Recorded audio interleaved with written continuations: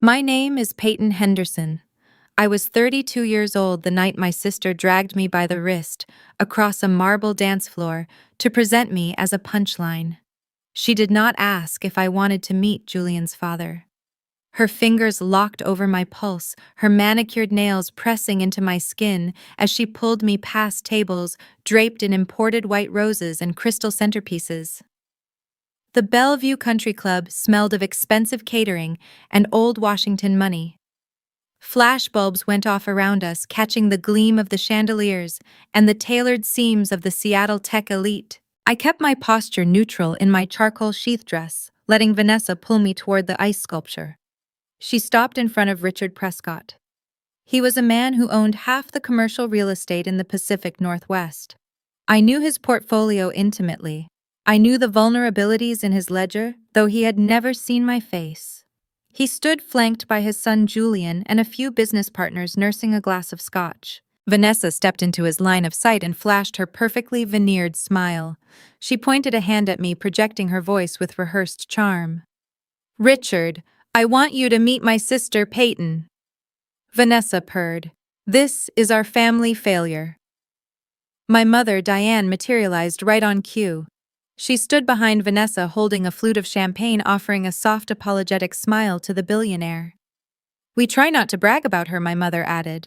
They waited for Richard to laugh. They waited for him to share in the joke, to acknowledge Vanessa as the shining success standing next to the disappointment. But here is what my family did not know. I was not a failure. I was the person holding the keys to the empire they were trying to buy their way into. And the man they were trying to impress was about to figure it out. Welcome to the channel where we share stories of quiet resilience and the moments the truth finally balances the ledger. Have you ever had a family member try to shrink you to make themselves look bigger? Drop a yes in your current city in the comments and hit subscribe. Now let me tell you what happened when the laughing stopped.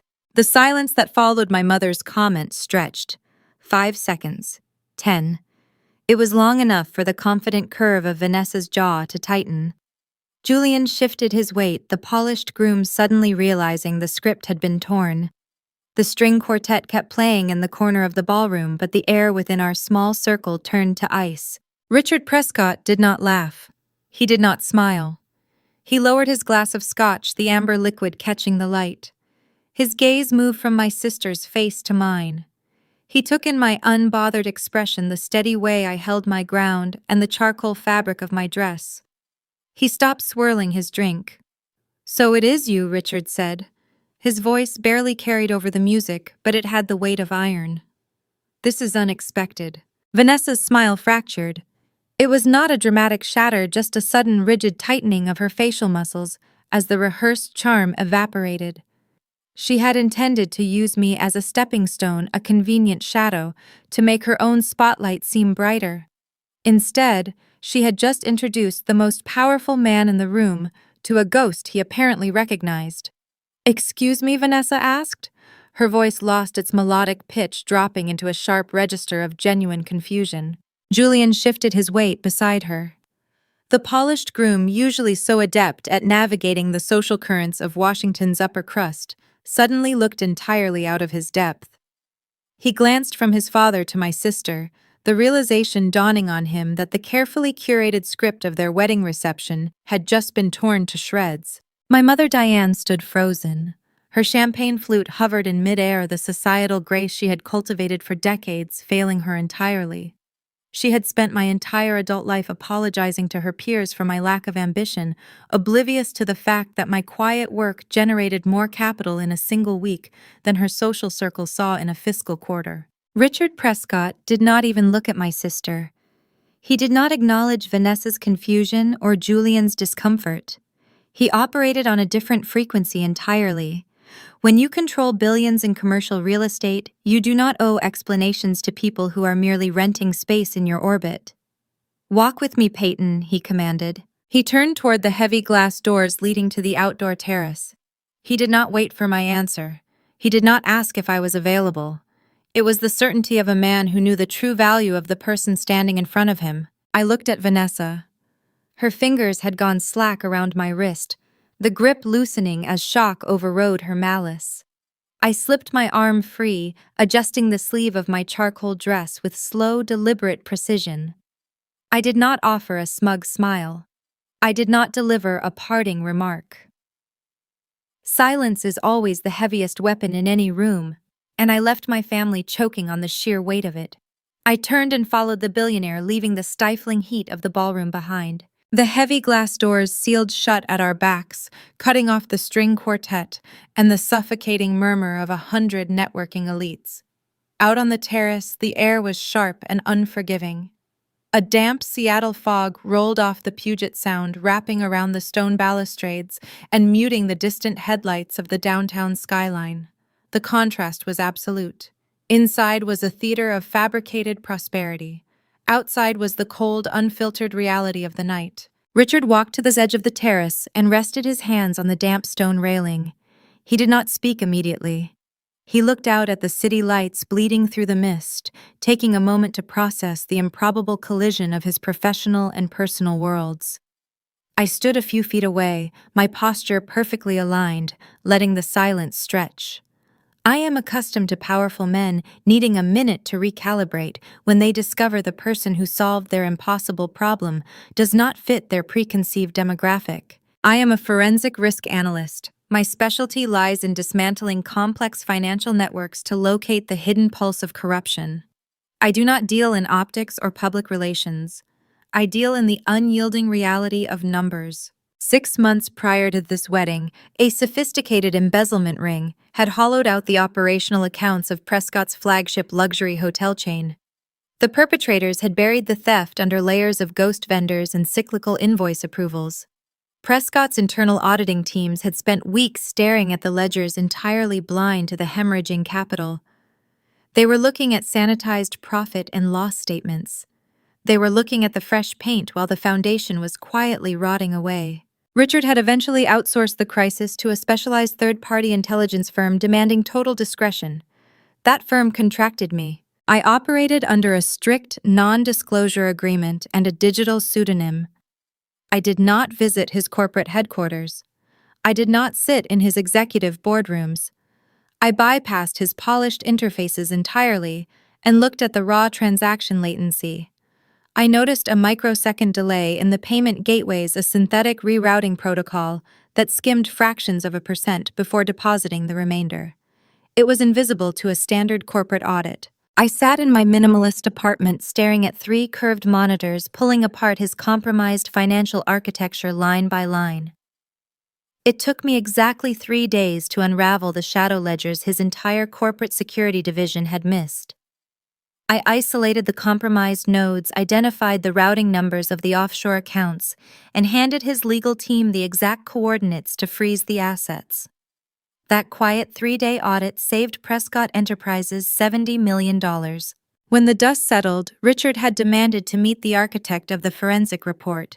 He wanted to hire the mind that had exposed his blind spots, but my contract stipulated anonymity. I took my fee, severed the secure connection, and moved on to the next puzzle.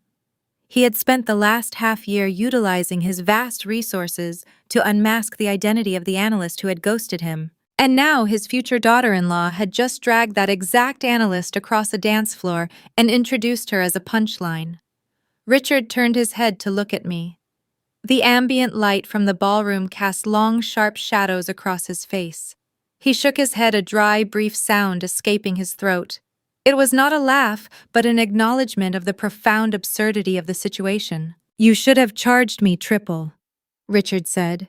His voice was low, carrying the rhythmic cadence of the ocean below us. I kept my gaze steady, meeting his eyes without a trace of intimidation. "I do not work for recognition," I replied, my tone matching the chill of the terrace air. He turned fully toward me, resting his back against the stone railing. "Then why do it? Why operate in the dark when you possess the capability to command any boardroom in this city?" "Because broken systems make my brain itch," I stated plainly. "I do not care about the corporate politics or the executive prestige. I look at compromised data the way a surgeon looks at a fractured bone. It is an anomaly that requires immediate correction. Your internal teams were paralyzed by protocol. They were trying to protect their jobs and their bonuses. I was just trying to fix the fracture. I realigned the math. That is the only reward the work requires. Richard studied my face, searching for the ego that usually accompanies that level of technical brilliance. He found nothing but clinical detachment. The respect in his eyes deepened, solidifying into a cold, calculating trust. He was a man who built his empire on ruthless logic, and he recognized a kindred architecture in my mind. "You are a very difficult person to track down, Payton," he noted, folding his arms across his chest. "My security director was convinced you were operating out of a server farm in Eastern Europe. To find out you are sitting in my own backyard, tied to my son's new wife." He paused, letting the implication hang in the damp air. "I do not choose my relatives," I said smoothly. "I only choose my contracts." Richard gave a single decisive nod. The reflective moment was over. The billionaire transitioned seamlessly back into the apex predator of the Seattle real estate market. The air between us seemed to crackle with a new sharpened frequency. "That brings us to the present situation," Richard said, his voice dropping to a strictly business register. The temperature on the terrace seemed to plummet another 10 degrees. "I am a man who respects realignment, as you call it. I rely on structural integrity to keep my portfolio solvent." He turned his head slightly, looking back through the heavy glass doors. Inside the ballroom, we could see Vanessa. She was standing near the ice sculpture, her face pale, hastily typing something into her smartphone. Julian was speaking to my mother, his hands moving with erratic, nervous energy. They looked exactly like people who had just realized the ground beneath them was no longer solid. And right now, Richard continued, his gaze fixed on my sister through the glass. "I am looking at an acquisition that feels deeply misaligned." Richard turned his back to the city skyline. The damp fog seemed to part around the sharp lines of his tailored suit. He possessed the rare kind of wealth that did not require volume to demand attention. When he spoke, his voice carried the quiet rustle of shifting currency. He told me about Lumina. It was the boutique public relations agency my sister founded 3 years ago. I knew the name well. It was the only topic of conversation permitted at my parents' dinner table. My father, Thomas, had leveraged his own social connections to secure Vanessa's initial client roster. My mother, Diane, had curated the office decor to ensure it photographed perfectly for local business magazines. But Richard was not interested in interior design. He was interested in a specific proposal currently sitting on his mahogany desk. "Julian has formally pitched an acquisition," he said. The words hung in the cold air. "He wants Prescott Enterprises to absorb Lumina into our corporate umbrella. He frames it as a strategic synergy, a way to modernize our brand management and handle crisis communications in-house. He is asking my board to authorize a $15 million buyout." I kept my expression neutral, but my mind immediately began running the calculations. $15 million was an astronomical valuation for a boutique agency operating out of a rented loft in Belltown. "It is a wedding gift disguised as a corporate merger," I observed. Richard offered a grim nod. His jaw tightened, indicating his frustration with his son's lack of financial discipline. "Julian is blinded by affection. But it is more than that. He is desperate to step out of my shadow. He wants to bring an asset to the table that he discovered. He looks at your sister and sees a visionary entrepreneur.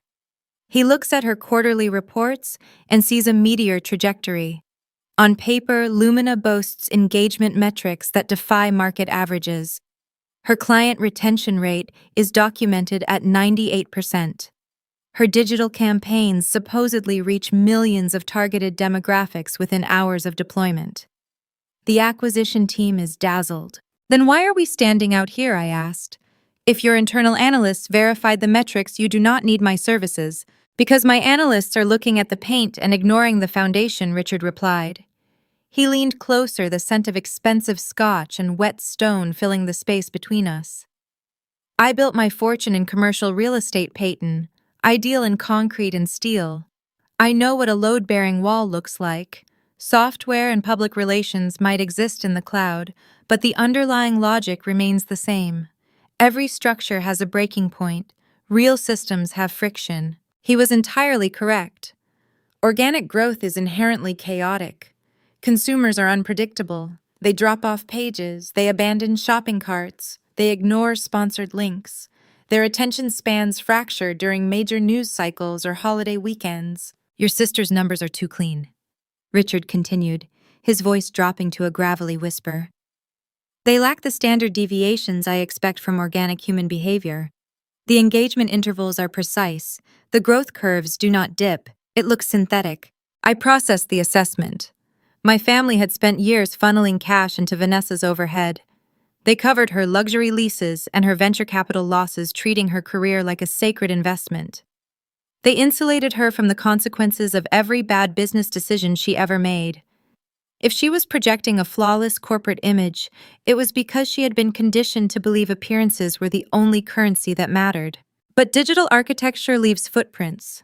Every click, every page view, every session duration leaves a traceable metric in the back-end logs.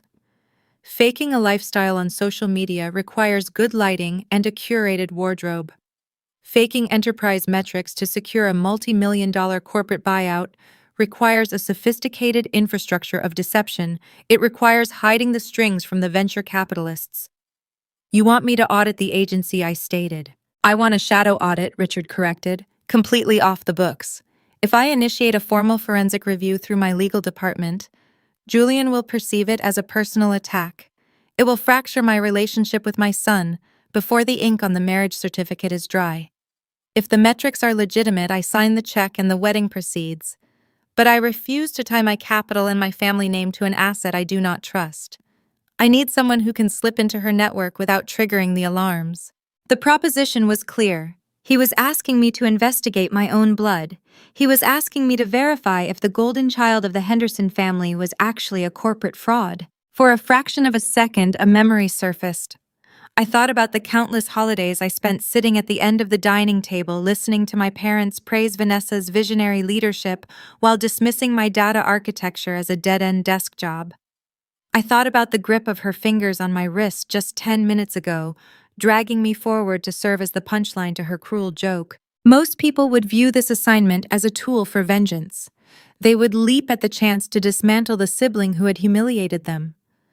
But vengeance is an emotion, and emotions corrupt data. I did not want retribution. I wanted the cold, unyielding truth. I need root access, I said. The clinical detachment washed over me, locking my focus entirely on the mechanics of the operation. Richard raised an eyebrow, waiting for my terms. If your acquisition team is already conducting due diligence, Vanessa has provided them with curated dashboards, I explained. She handed them polished spreadsheets and stylized graphs designed to tell a specific story. I do not care about her story. I do not read executive summaries. I need the raw packet data. I need the back-end server logs tracking every single user interaction from the moment her agency went online. How do you intend to bypass her security protocols? Richard asked. I do not bypass them, I replied. I walk through the front door. You are the acquiring entity. During the final phase of due diligence, you have the legal right to request a temporary administrative token to verify network compatibility. You tell Julian your tech department needs to run a standard integration check. You secure the token and you hand it to me. Richard stared at me, the corner of his mouth lifting in a faint expression of genuine approval. He recognized the elegant simplicity of the strategy. There would be no hacking, no forced entry.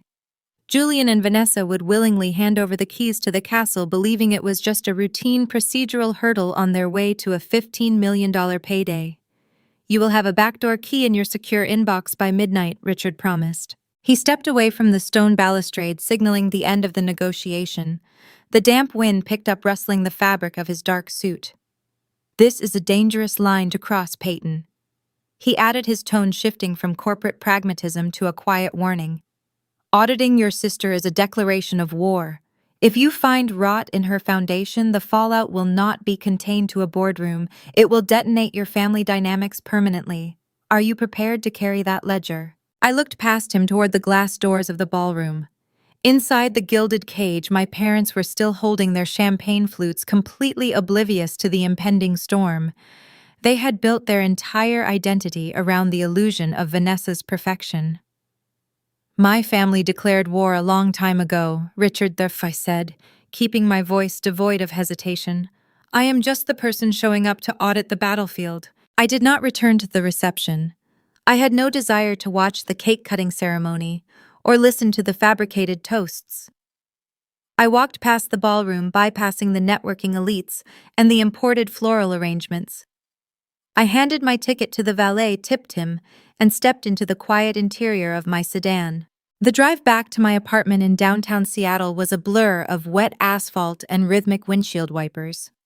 The rain had picked up, turning the neon glow of the streetlights into blurred streaks of color against the glass. I did not turn on the radio.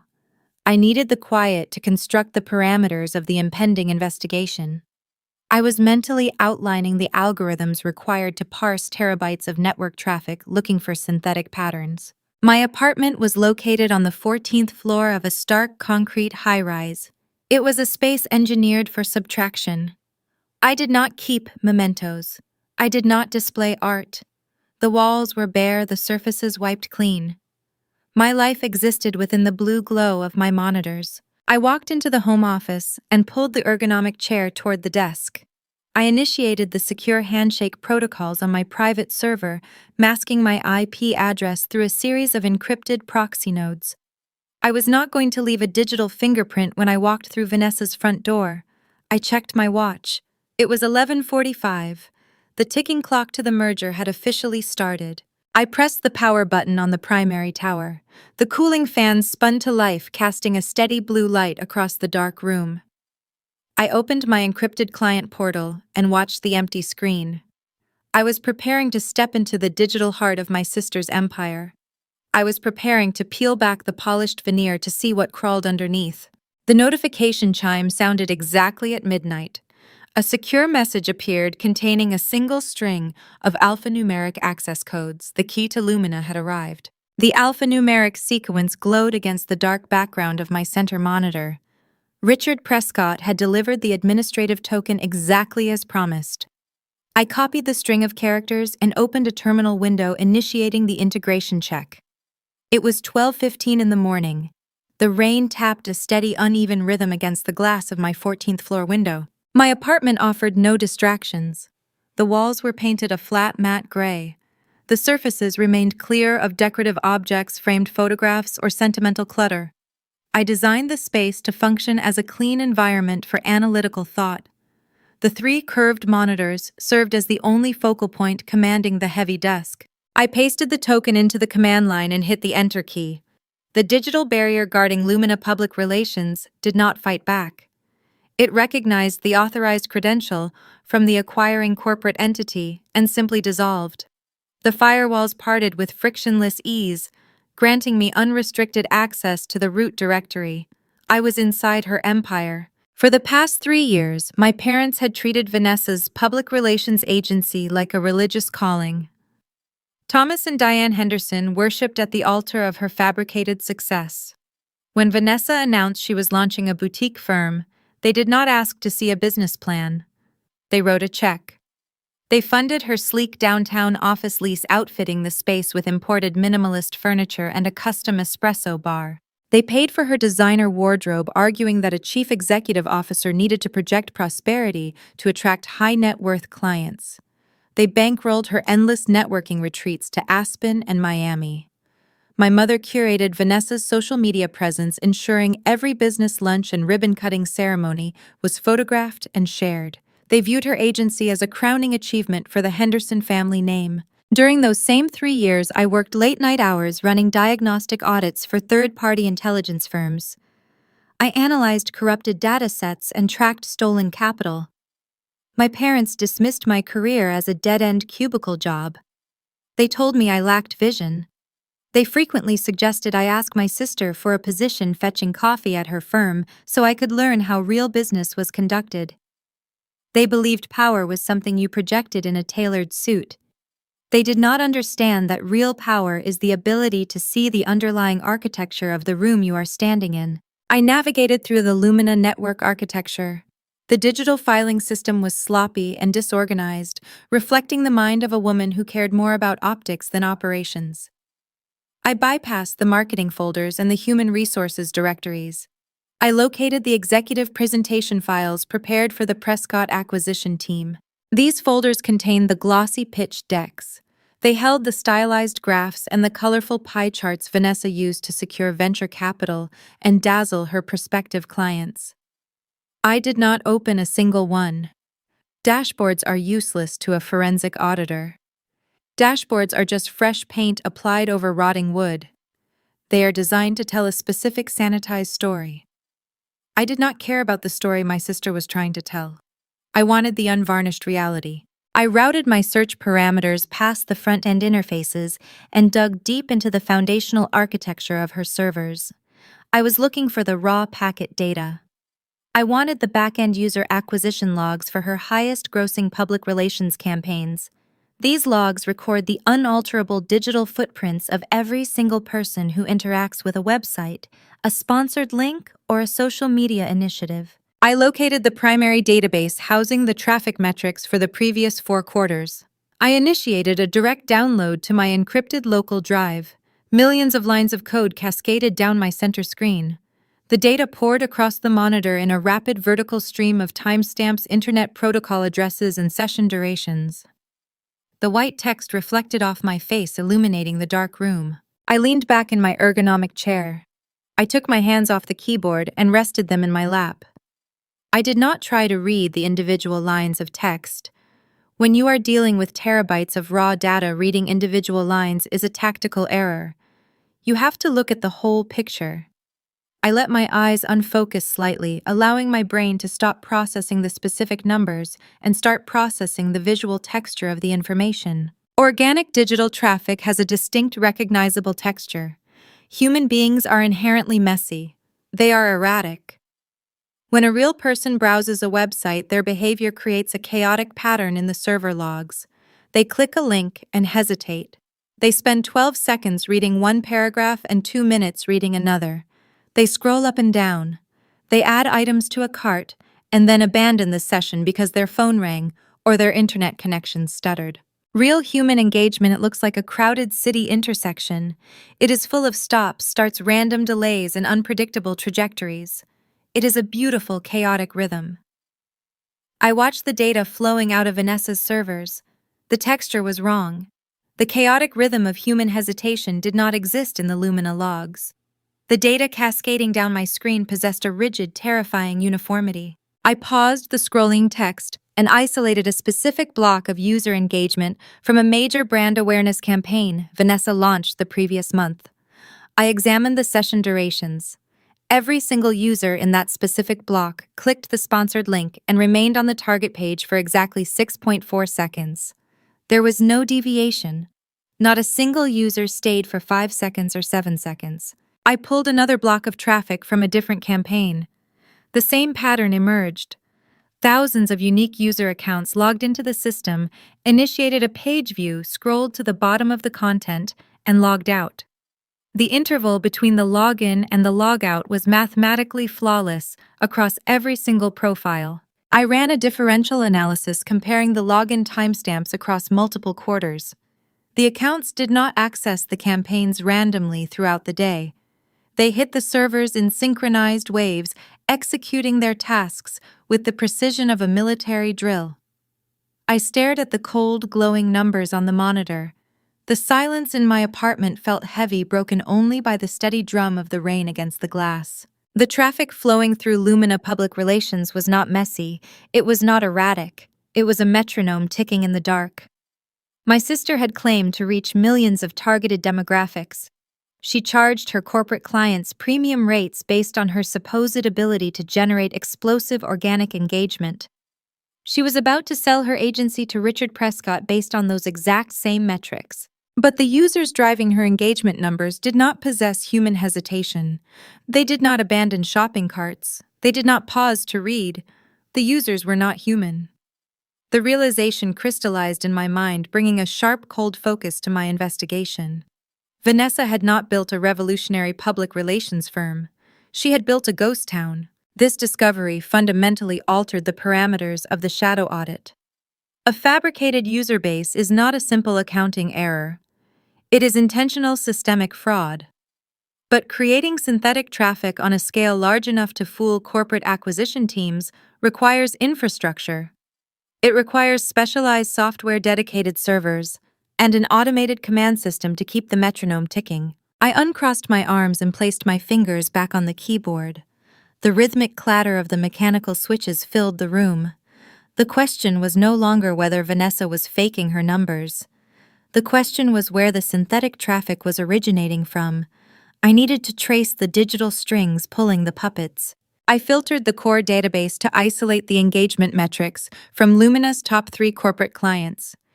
These were the marquee accounts Vanessa utilized to validate her asking price to Prescott Enterprises. One was a regional sustainable energy coalition aiming to expand across the Pacific Northwest.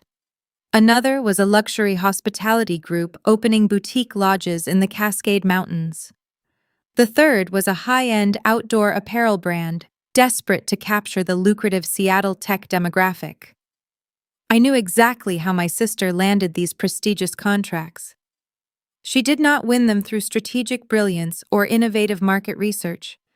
She secured them at charity galas and country club mixers, leveraging our father's golf handicaps and our mother's social registries.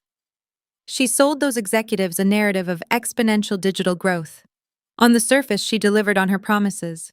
The client dashboard she provided showed millions of unique impressions and skyrocketing click-through rates.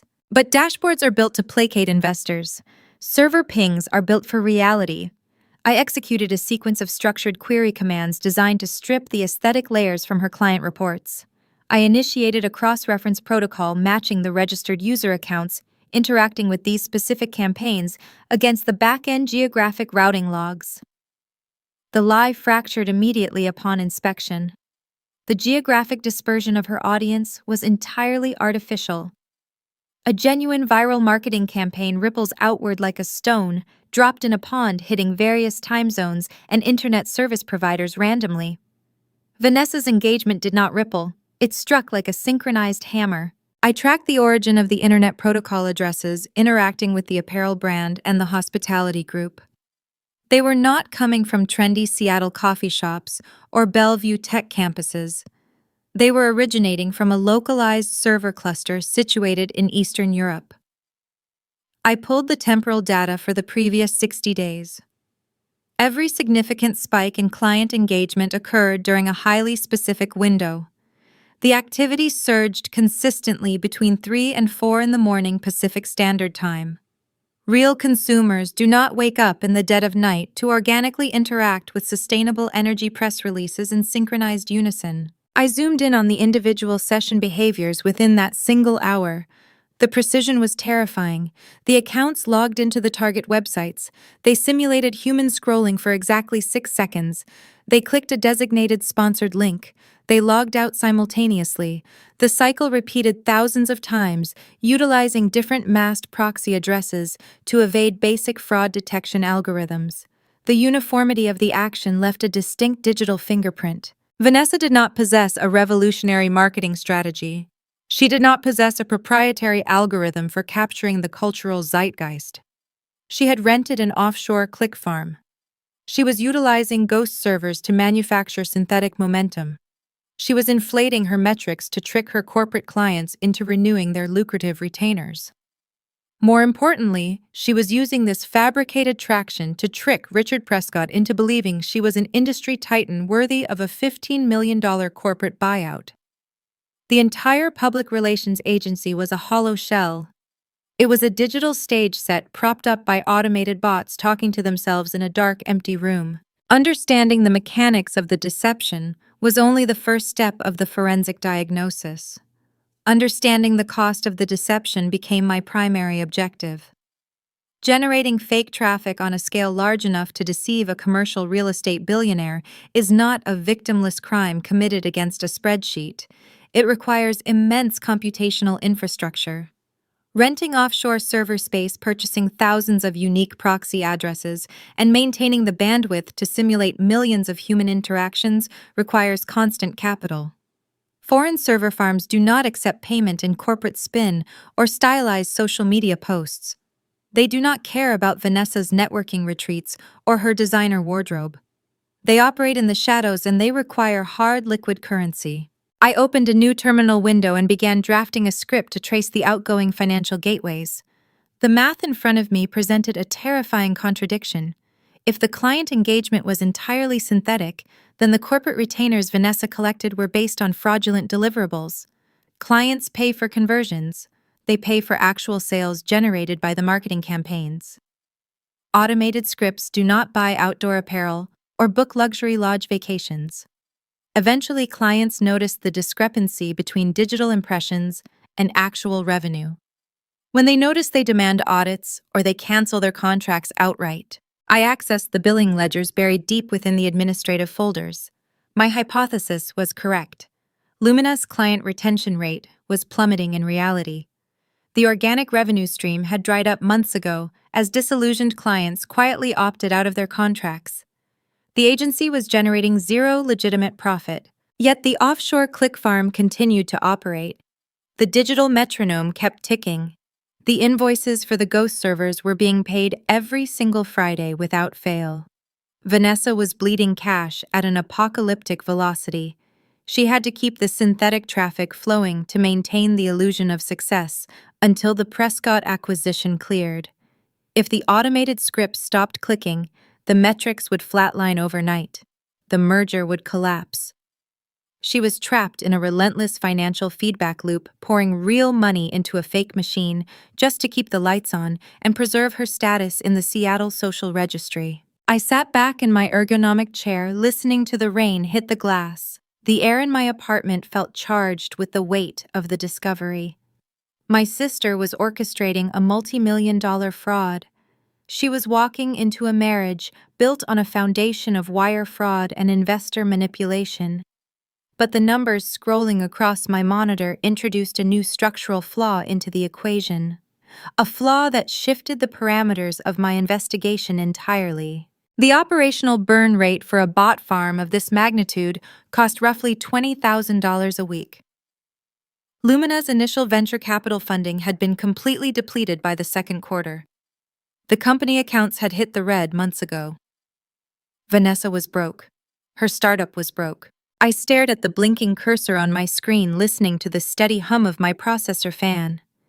If the agency was out of money and the venture capital was gone, then someone else was secretly funding the millions required to keep the fake servers running. The deception was no longer contained to a single rogue executive. The digital footprint indicated an external source of capital. Someone with deep pockets was paying the weekly invoices to keep Vanessa's illusion alive. The conflict had just mutated from corporate misrepresentation into a targeted conspiracy. I cleared my screens and prepared to dig deeper into the code to follow the money. I needed to isolate the specific automated command scripts coordinating the offshore server clusters. Tracing the financial origin of the bot farm was impossible without first understanding how the operation was executing its daily traffic spikes. I bypassed the front-end interface of the Lumina servers and dove directly into the routing directories. The digital environment was chaotic. The code was poorly organized, reflecting a developer who prioritized speed over stability. I sifted through the directories, looking for the master script responsible for deploying the proxy addresses. It took me 45 minutes of tedious digital excavation to find the active command module hidden within a folder labeled beta testing. I opened the file. The script was dense. The author had attempted to mask the true purpose of the code by wrapping it in layers of redundant logic loops and obsolete programming syntax. It was a clumsy effort designed to confuse casual internal audits, but it presented little resistance to forensic dissection. I began peeling away the camouflage, stripping the redundant layers to expose the foundational architecture of the bot network. As the core algorithm materialized on my right monitor, my fingers stopped moving across the keyboard.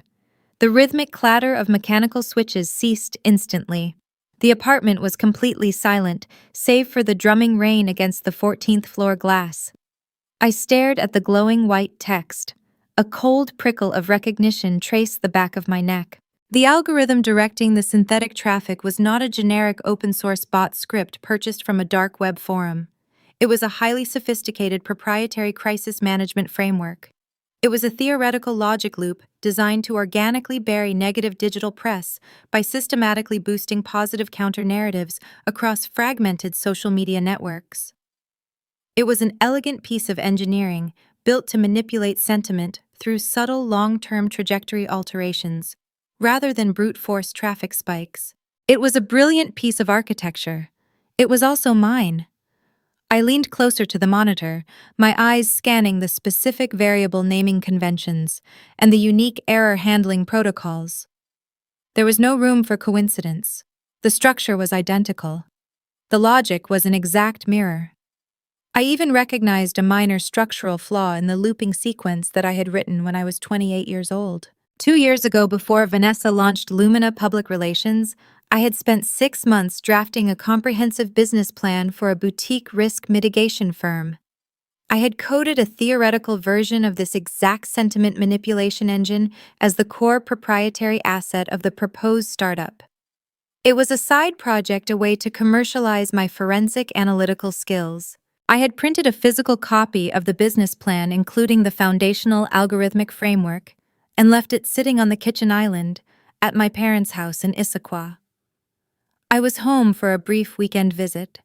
Vanessa had walked into the kitchen, picked up the bound document, and flipped through the pages. She had scoffed, dismissing the complex mathematical models and the dense logic charts. She called it boring tech jargon.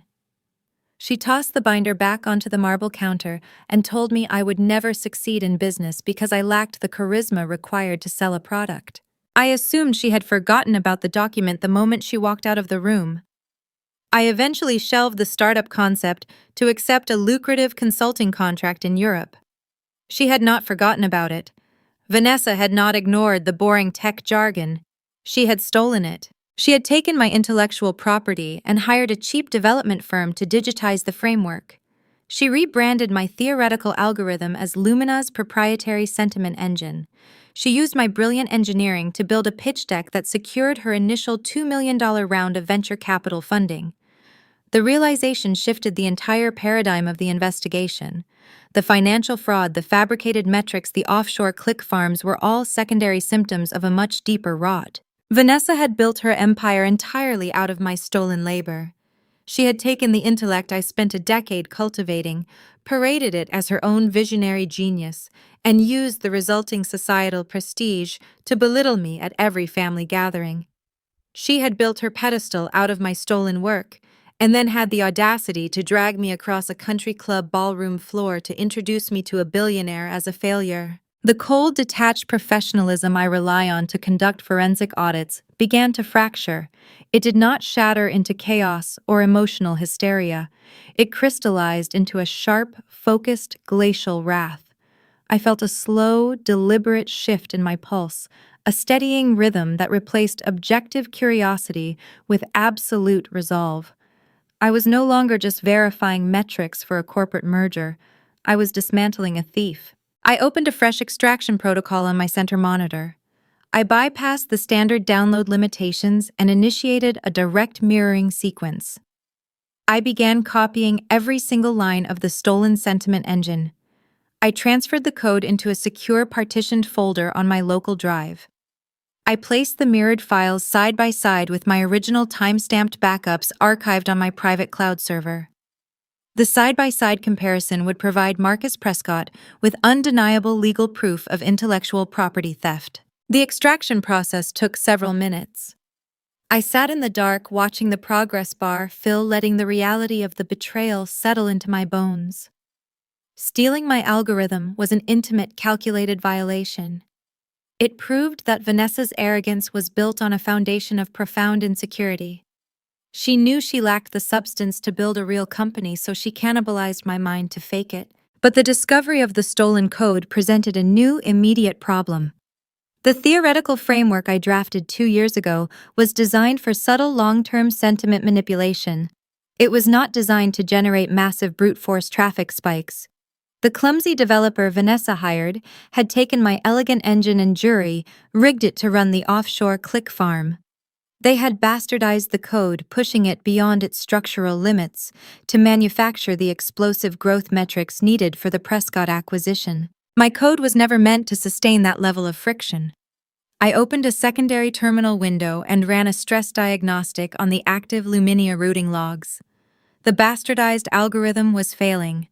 The redundant logic loops the developer used to mask the bot traffic were degrading under the pressure of millions of automated daily queries. The system was generating massive internal error reports. Vanessa was not just running out of venture capital, she was running out of time. If the internal routing degraded any further, the ghost servers would disconnect from the primary domains. The synthetic traffic would flatline, instantly exposing the hollow core of the agency before the Prescott merger was finalized. She needed an influx of capital immediately. She needed cash to hire a competent engineering team to stabilize the stolen architecture before it collapsed entirely. The $20,000 a week she was paying the offshore server farm was merely a holding action. I closed the diagnostic window and returned my focus to the financial gateways. The urgency of the situation became clear. The stolen code explained how she built the agency, but the impending technical collapse explained why she was so desperate to push the merger through right now. I initiated the trace protocol again, tracking the weekly payments from the Lumina operating accounts through the Delaware clearinghouse. I decrypted the final layer of routing metadata and isolated the destination bank. The origin of the rescue funds was finally unmasked. The account paying to keep the ghost servers online did not belong to a shadow investor. The routing numbers pointed to a regional credit union located entirely within Washington state. I ran a public records query on the account holder, expecting to find a desperate angel investor or a naive tech incubator. The query returned a single name. The name hit me with the force of a physical blow. The conflict had just escalated far beyond a simple case of sibling rivalry. The morning sun broke over the Cascade Mountains, casting a pale gray light across the Seattle skyline. Inside my apartment, the curved monitors provided the only illumination. I sat in the ergonomic chair, evaluating the digital architecture of the fraud I had just uncovered. I had isolated the stolen algorithm and mapped the degrading internal network. The data told a clear, unyielding story of corporate deception, but the numbers still presented a glaring operational paradox. The offshore hosting invoices required weekly settlements. The venture capital accounts associated with Lumina public relations were hollow. A company cannot sustain a constant cash burn rate on zero organic revenue. Someone was bridging the gap. The synthetic traffic required a phantom financier. If the money originated from a legitimate investment firm, Vanessa was guilty of gross mismanagement. If the money originated from an undisclosed personal channel, she was actively committing wire fraud to deceive the Prescott acquisition team. I needed to know whose signature authorized the wire transfers. I opened a new terminal window to initiate a reverse trace on the payment gateways. I planned to unmask the routing prefix of the hidden account. Before the decryption protocol could finalize its first pass, my phone vibrated against the matte finish of my desk. The screen illuminated the dark space. It was a text message from my mother, Diane. Dinner at 6. Be on time. I stared at the short block of text. It was not a polite invitation. It carried the distinct heavy weight of a subpoena drafted under duress. The digital anomalies I had spent the night dissecting were already bleeding into the physical world. Vanessa was paranoid. She had spent her entire life controlling the narrative of her own exceptionalism, relying on curated environments to dictate her status. My sudden departure with Richard Prescott at the country club had introduced a variable she could not manipulate. She could not read the billionaire's reaction, and she could not decipher my silence. The uncertainty was paralyzing her. She needed to read my face. She needed to know exactly what the real estate titan had said to the family failure on that foggy terrace. So she summoned her enablers to force compliance. Diane used dinner invitations as tactical maneuvers. Whenever Vanessa experienced a perceived slight or a professional hurdle, Diane orchestrated a family gathering to reinforce the established hierarchy. This summons was designed to isolate me and extract information. I canceled the decryption sequence and locked my workstation. The financial trace would have to wait. The psychological trap had been set. and I needed to walk into it to understand the physical toll the fraud was taking on its architects. I walked into my bedroom and changed into a simple charcoal sweater and dark trousers. It was the armor of the unremarkable. I did not need to project power through designer labels or expensive watches. I held the structural report to an entire empire. The drive east to Issaquah took 40 minutes. The heavy coastal rain gave way to a persistent, chilling mist as I navigated the winding roads, climbing into the forested foothills. The transition from the gritty concrete reality of downtown Seattle to the manicured fiction of the suburbs was always jarring. My parents lived in a gated enclave engineered to project an aura of effortless prosperity. Tall, manicured hedges lined the wide streets, hiding the properties from casual observers. The ambient noise in the neighborhood consisted only of high-end electric engines and the faint spray of hidden irrigation systems. Thomas and Diane Henderson treated their zip code as a moral victory.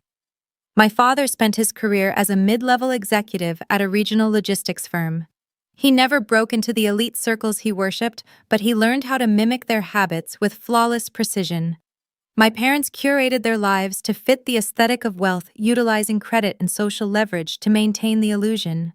Their sprawling house was a physical monument to their ambition. I parked my sedan in the wide driveway, slotting it neatly behind Julian's sleek imported sports car. I walked up the paved stone path and pushed open the heavy oak front door. The scent of roasted rosemary and expensive lavender diffusers immediately washed over me. The foyer was pristine. The hardwood floors gleamed under warm, recessed lighting. It was staged like a photograph in a luxury architectural magazine, yet it always felt entirely hollow. I walked down the arched hallway, hearing the faint clink of silverware and the low murmur of conversation. I entered the formal dining room. They were already seated around the long mahogany table. The aesthetic of domestic perfection cracked the moment I observed their physical postures. I do not listen to the pleasantries people offer. I look at the friction in their movements. Julian sat near the center of the table, projecting casual, relaxed confidence. He wore a crisp linen shirt with the sleeves rolled up, revealing a heavy silver watch face. He looked exactly like the man he was pretending to be. He was the oblivious groom, unaware that he was attaching his name and his father's capital to a sinking ship.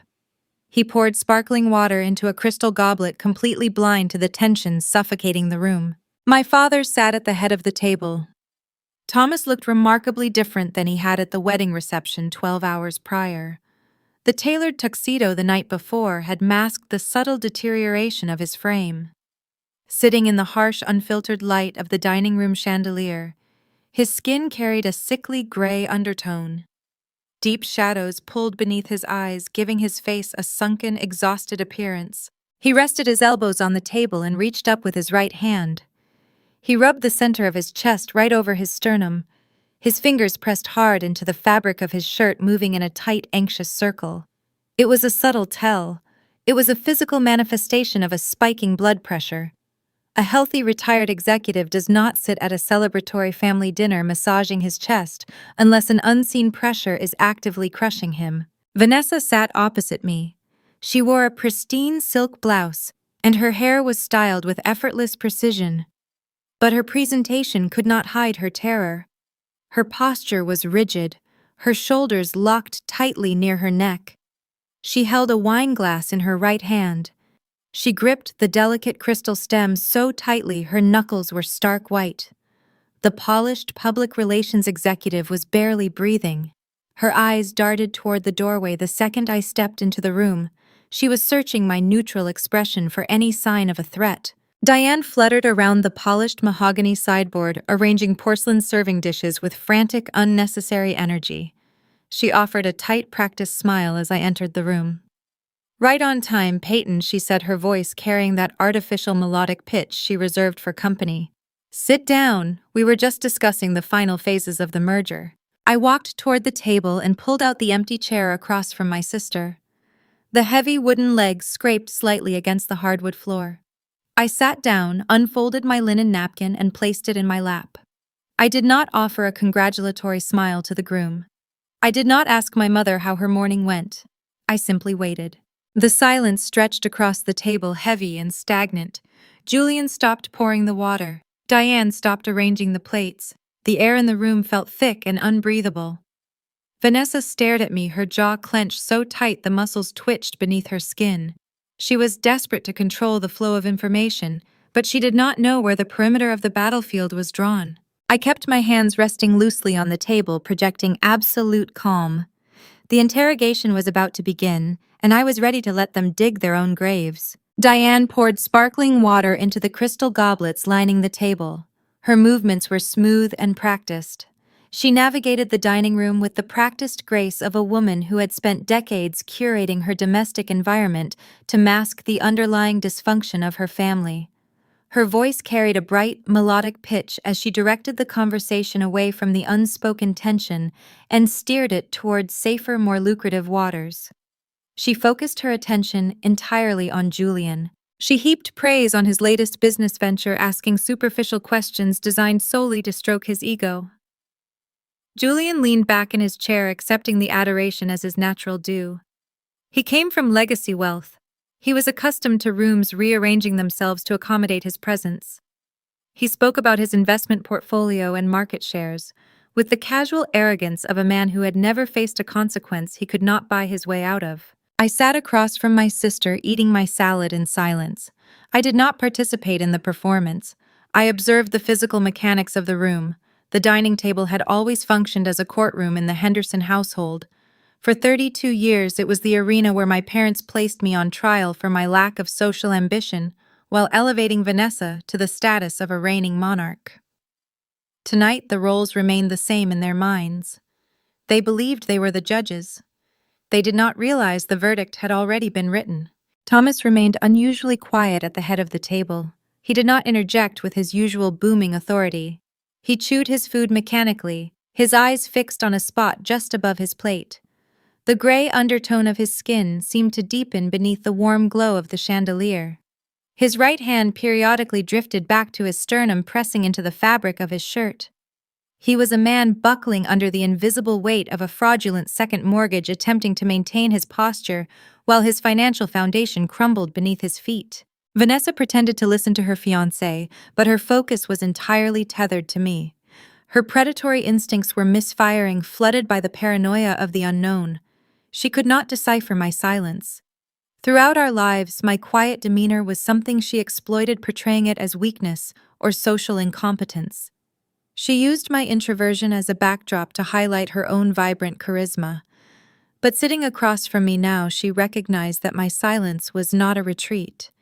It was an ambush waiting to be sprung. The pleasantries lasted exactly through the salad course. Diane cleared the glass plates and returned with a silver platter of roasted chicken and seasonal vegetables.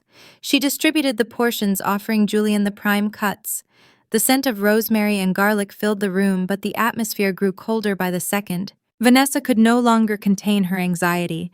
The need to establish dominance overrode her social conditioning. She picked up her fork, pushed a piece of chicken across her porcelain plate, and shifted her gaze to lock onto mine. "So, Payton," she said. Her lips curved into a smile, but the expression did not reach her eyes. Her eyes were tight, calculating, and defensive.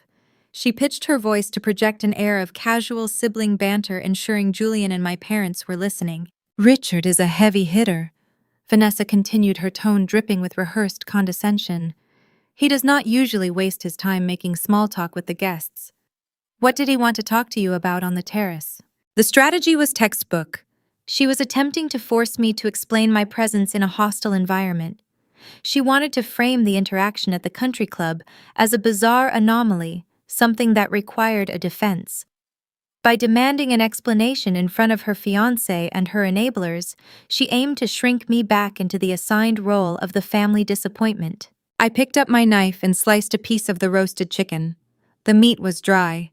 I kept my movements deliberate and unhurried, refusing to match her anxious energy. He asked for a second opinion. I replied, keeping my voice flat and conversational.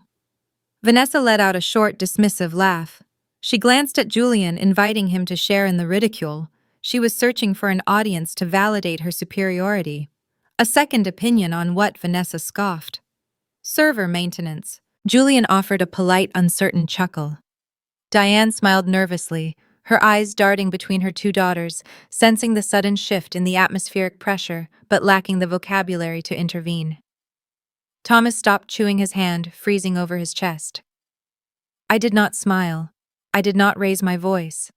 I stopped cutting my food. I opened my hand and let the heavy silver knife drop from my fingers. The metal hit the edge of the porcelain plate with a sharp, definitive clink. The sound severed the ambient noise in the room like a physical blade. The scraping of forks ceased. The nervous chuckles died in the air. The silence that rushed in to fill the void was sudden and absolute. I raised my head and looked directly into my sister's eyes. I did not project anger. Anger is an emotional response, and I was operating purely on data. I looked at her with the clinical detachment of an auditor reading a terminal ledger. He wanted my opinion on network integrity, I said. The words fell into the quiet room like stones dropping into deep water. Specifically, the processing load required to sustain synthetic engagement metrics through offshore bot farms. The dining room went dead silent. The oxygen seemed to instantly vaporize from the space. The physical reaction across the table was immediate and devastating. Vanessa's right hand, hovering halfway to her wine glass, froze mid-air. The practiced smirk dissolved from her face, erased by a shock so profound it rewired her facial muscles. The color drained from her cheeks with terrifying speed. Her vibrant manicured complexion turned the sickly translucent shade of old parchment. The veins in her neck became visible as her jaw locked tight. She knew the terminology. She knew the specific combination of those words was not a lucky guess. Synthetic engagement metrics. Offshore bot farms. In that frozen second, the polished public relations chief executive officer realized the truth. The sister she treated like a doormat, the woman she dragged across a ballroom floor to serve as a punchline, was already inside her restricted servers. She realized I had bypassed her firewalls. I had traced her proxy addresses. I had seen the ghost traffic generating her fake corporate revenue. More importantly, she realized I knew her entire empire was a hollow shell. She was staring at the person holding the match to her paper kingdom. Her chest stopped moving. She literally forgot to breathe. The terror in her eyes was naked and unvarnished. It was the look of a cornered predator realizing it had just stepped into a steel trap. She tried to swallow, but her throat moved dryly without producing a sound. She was entirely stripped of her narrative control, left exposed in the harsh light of her own fraud. Julian frowned, his brow furrowing in genuine confusion. He did not understand the technical jargon. He did not know what synthetic metrics meant in the context of a digital marketing agency. But he was highly attuned to the sudden catastrophic shift in the behavior of the woman sitting next to him. He looked at Vanessa, waiting for her to deliver a witty comeback, waiting for her to dismiss my statement as the rambling of a jealous sibling. Vanessa offered nothing. She remained paralyzed, her white-knuckled grip on the edge of the table the only thing keeping her upright in her chair. Julian shifted his gaze back to me, the confusion morphing into a cautious apprehension. He realized he was sitting in the middle of a battlefield, but he did not yet understand who was holding the weapon. He opened his mouth to ask a question, his voice breaking the heavy silence, but the true detonation was still waiting at the head of the table. Julian shifted in his chair. The sudden drop in temperature at the table was impossible for him to ignore. He possessed the innate confidence of a man who had never been told no, but he lacked the technical vocabulary to decode the threat I had just delivered. He looked at Vanessa, expecting her to laugh or fire back a sharp rebuttal. She offered nothing but paralyzed silence. Her inability to defend herself unsettled him more than my actual words. "What does that mean?" Julian asked. His voice broke the stagnant air, carrying a genuine edge of confusion. "What are synthetic metrics?" He directed the question to his fiancé, but Vanessa could not look at him. Her eyes remained locked on my face, her pupils dilated with pure panic. She was terrified I was going to explain the bot farm right then and there. She braced herself for the execution. I did not give her the satisfaction of a swift ending.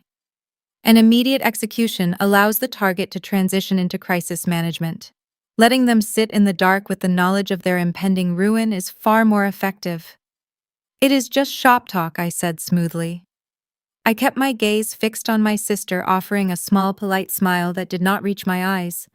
Just industry terminology, nothing you need to worry about, Julian. The dismissal worked exactly as intended. It provided Julian with a socially acceptable exit from the tension, allowing him to pretend the conflict was merely a technical disagreement between sisters. But for Vanessa, the vague answer was agonizing. It confirmed I held the leverage but left her entirely blind to my next move. My father could not tolerate the shift in power. Thomas had spent his entire life dictating the reality within the walls of this house. He demanded total compliance with the narrative of his own success.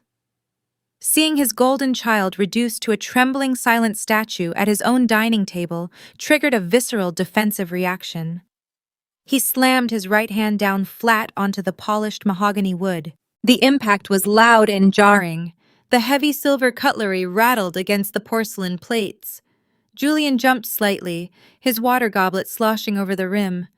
Diane let out a sharp, startled gasp and took a step back toward the sideboard. "This is an important week for your sister," Thomas barked.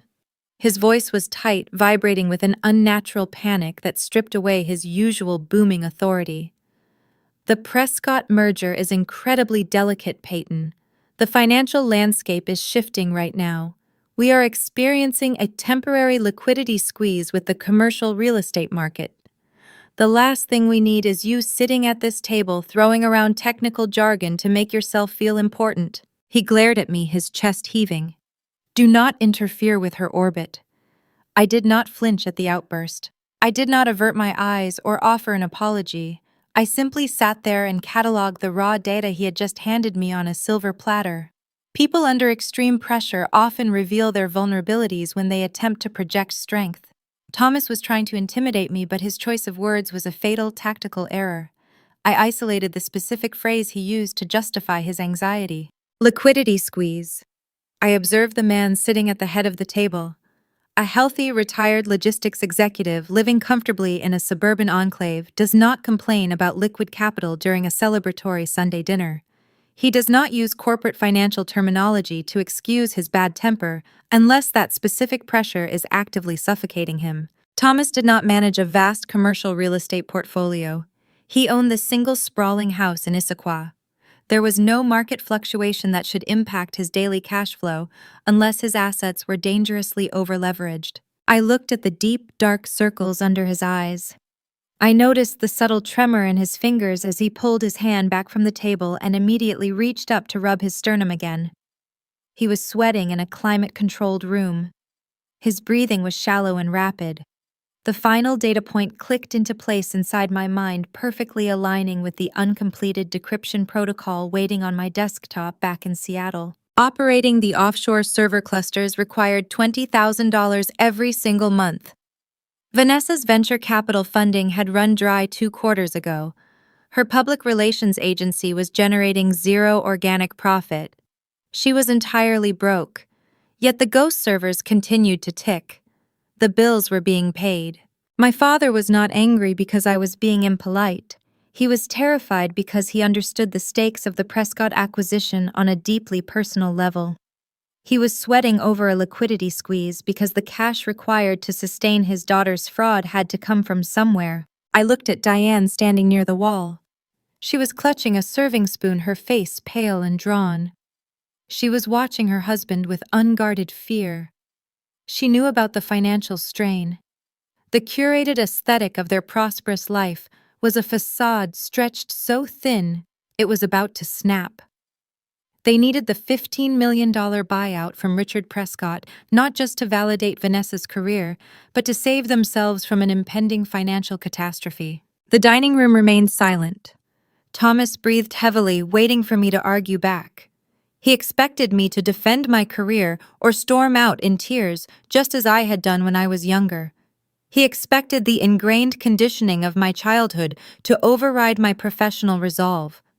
I refused to play the assigned role. I did not offer a defense. I reached down and picked up the linen napkin from my lap. I folded it once with slow, deliberate care. I placed it neatly next to my plate.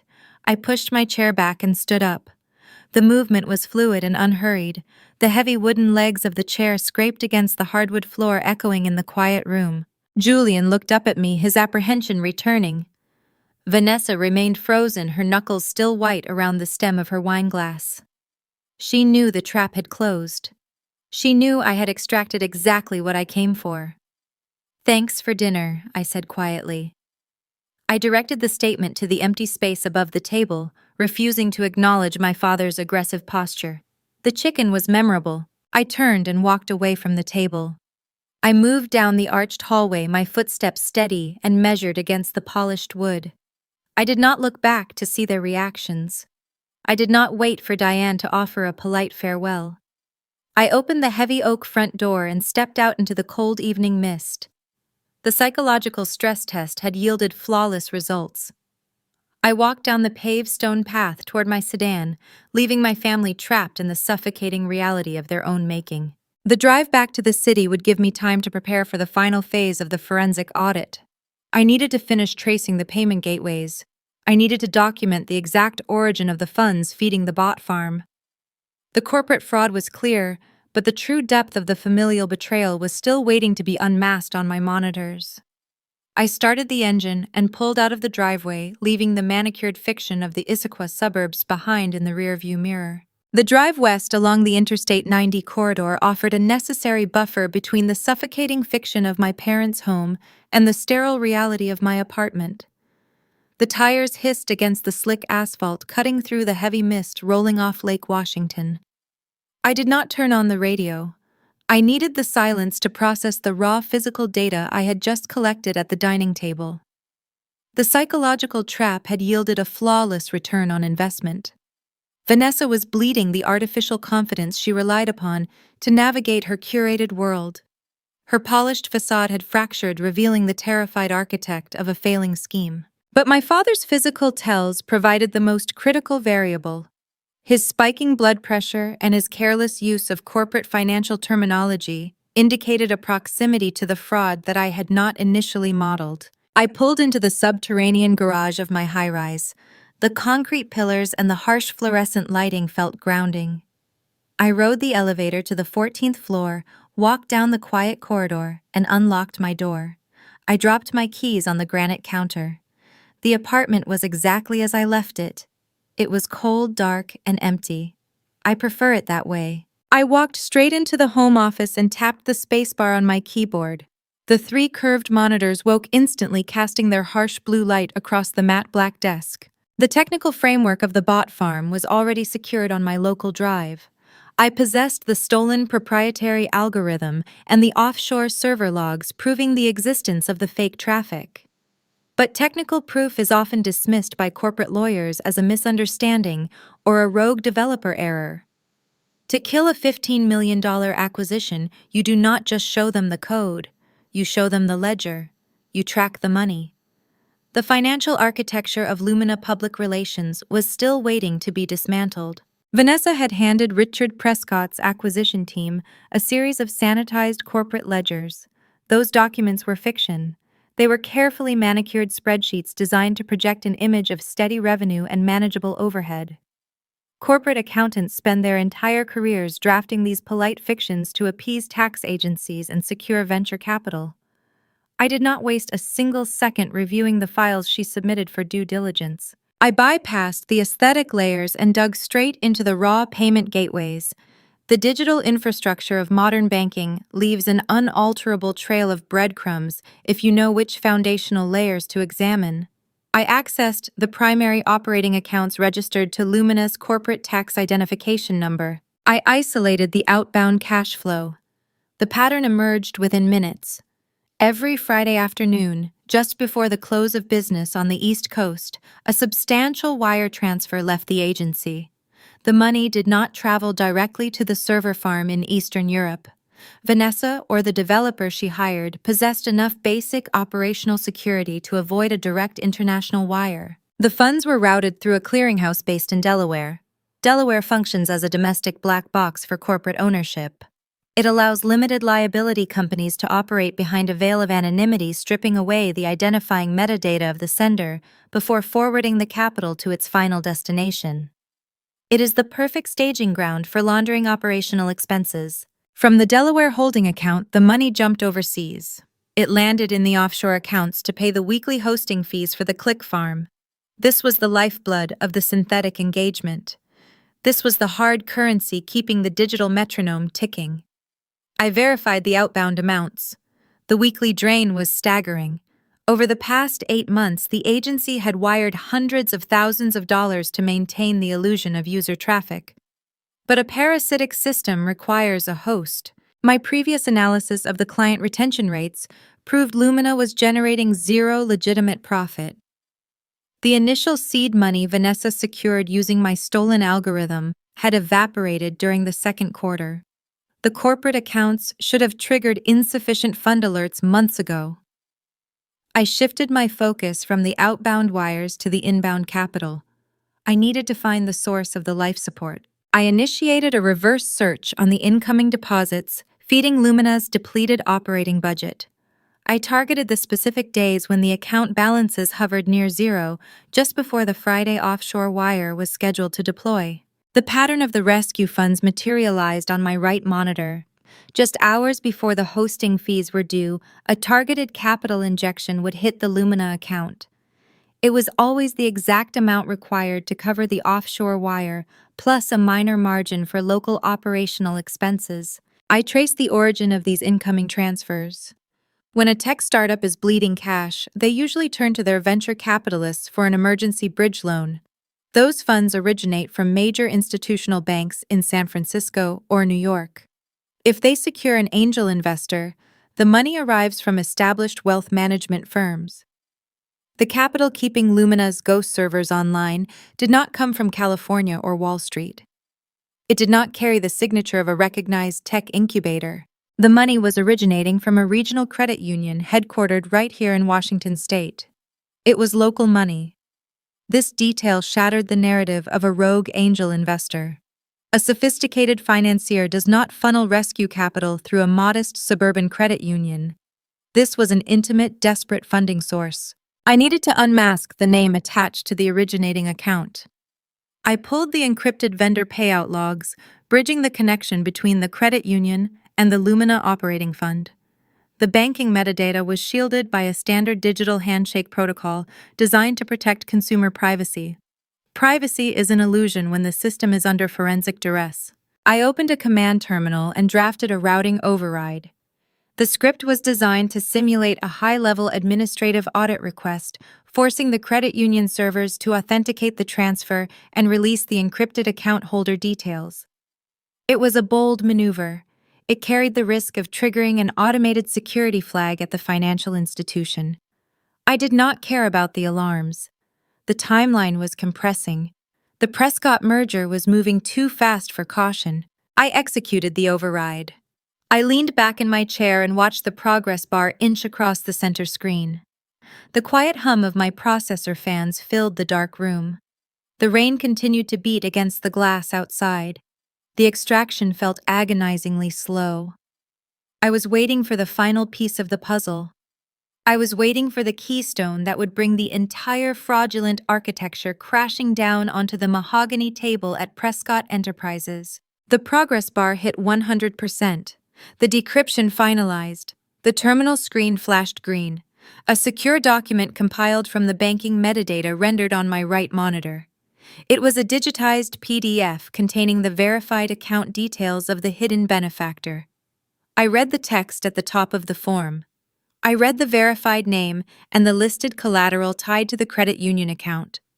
The breath caught in my throat. My hands stopped hovering over the keyboard. I stared at the glowing white text until the letters burned into my vision. The cold, analytical detachment I relied upon faltered for a fraction of a second, replaced by a chilling, profound clarity. The account funneling the rescue funds did not belong to a desperate venture capitalist. It did not belong to a manipulated client. It did not belong to Vanessa. The puzzle pieces from the dining room locked into place. The gray skin, the hand rubbing the sternum, the panic over a liquidity squeeze. Vanessa was not acting alone. She had never been acting alone. The architect of the cover-up was staring back at me from the screen, and the depth of the familial betrayal had just rewritten the entire parameters of the impending war. The name rendered on the digitized banking form was Thomas Henderson. I read the text at the top of the document 3 times. The glowing letters burned into my vision, replacing the dark quiet of my apartment with a blinding, unyielding truth. The financial product listed on the screen was a high-yield home equity line of credit. The collateral securing the loan was the sprawling suburban property in Issaquah. The house with the manicured hedges and the expensive lavender diffusers was no longer an asset. It was a hostage. My father had secretly leveraged the family home. To secure a credit line of this magnitude from a regional institution, Thomas had to undergo a rigorous underwriting process. He had to submit his retirement accounts, his pension ledgers, and his Social Security projections to the loan officers. The banking metadata confirmed he had systematically drained his lifetime of accumulated wealth. He encumbered his entire financial future to bankroll a criminal enterprise. The pieces of the puzzle slammed together, forming a picture of systemic rot so deep it defied basic logic. When the initial venture capital dried up months ago, Vanessa had not confessed to failure.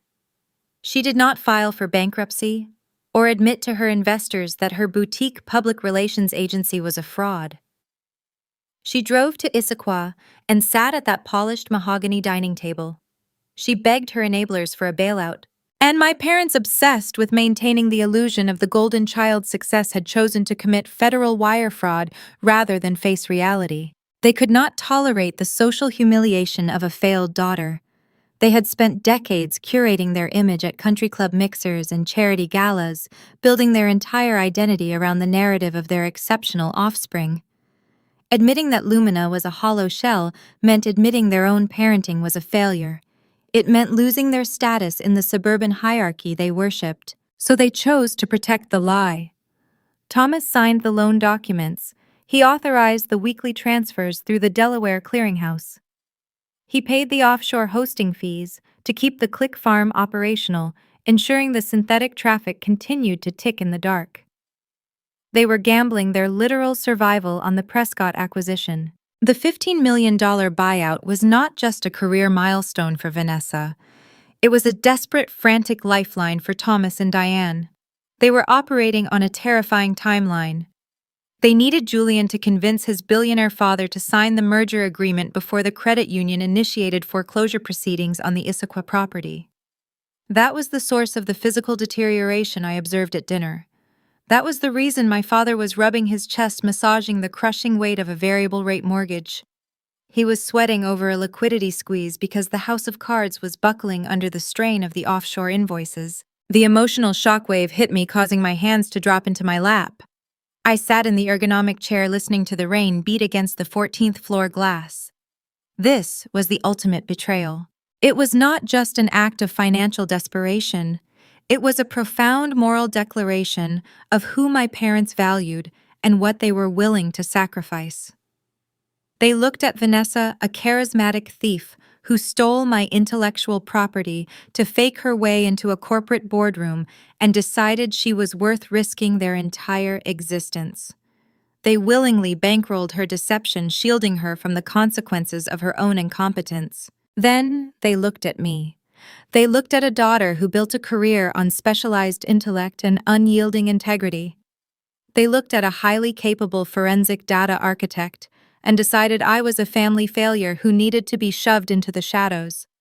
They dragged me across a marble dance floor to serve as a punchline for their cruel jokes, all while I possessed the exact skills necessary to expose the criminal conspiracy they were actively funding. They sacrificed my dignity to protect a parasite. For 32 years, I had allowed their curated hierarchy to dictate my self-worth. I had absorbed their subtle insults and their overt dismissals, assuming their inability to understand my career was a byproduct of generational ignorance. I believed they were simply blind to my potential. They were not blind, they were complicit. The realization washed over me, stripping away the last remaining threads of familial obligation. The lingering anger I felt toward my sister evaporated.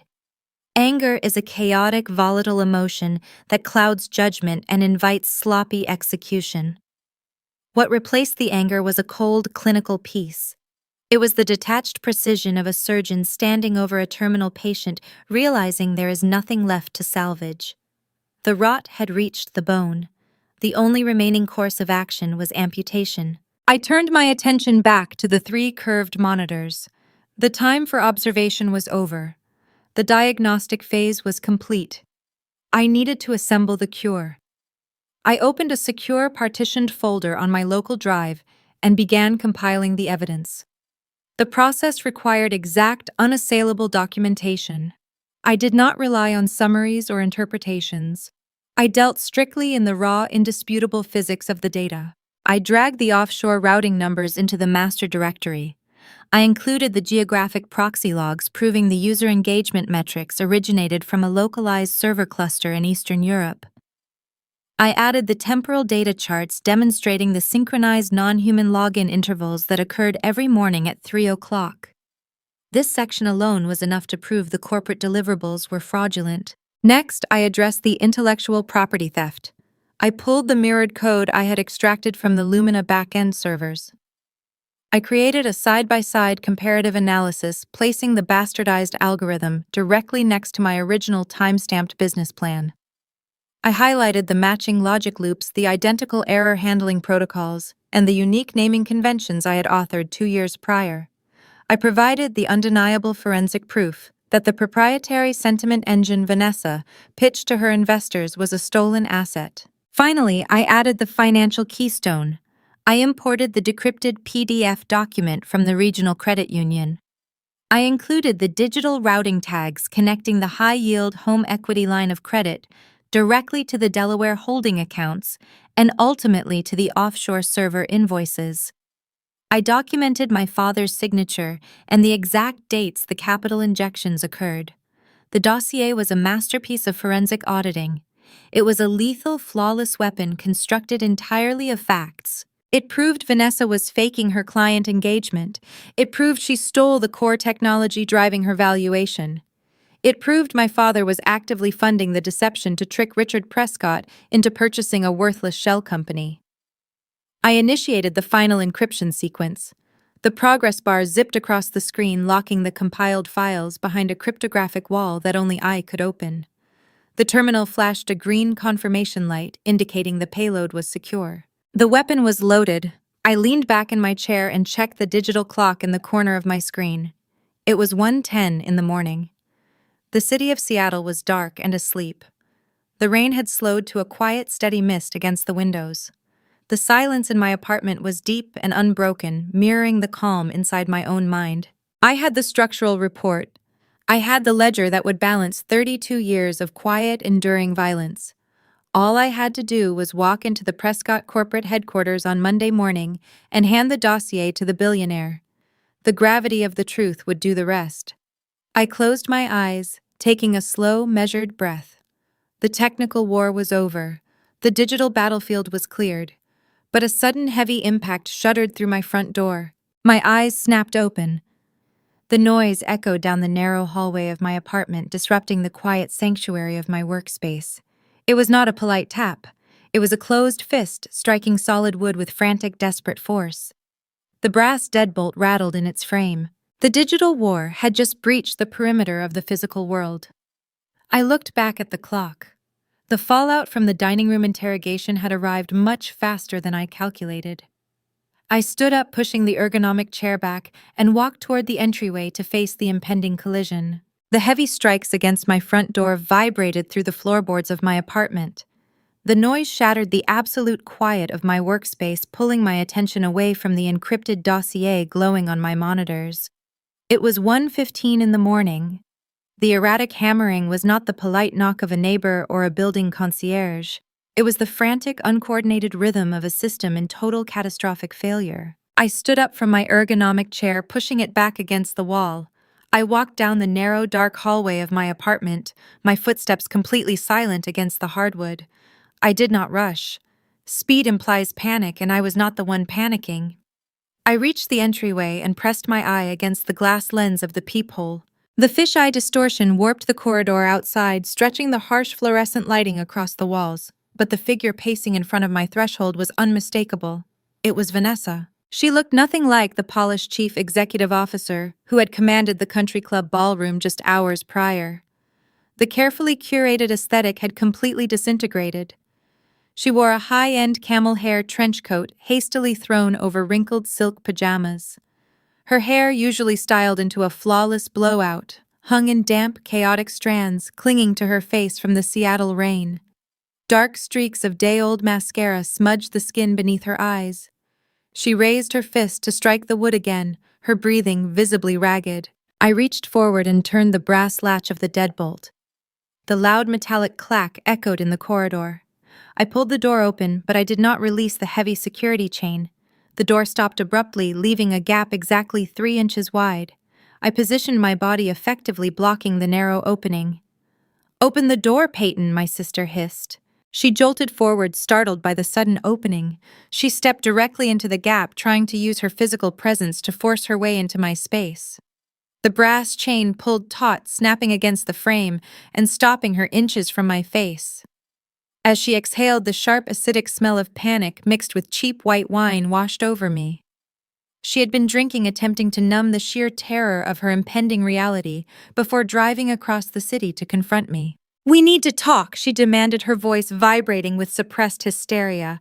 She gripped the edge of the doorframe, her fingernails digging into the painted wood. "We are talking," I replied. My voice was a flat, impenetrable wall offering zero emotional traction for her to grip. "State your business." She let out a short, jagged breath. She looked up and down the empty apartment corridor, paranoid that a neighbor might open a door and witness the golden child of the Henderson family reduced to a trembling mess.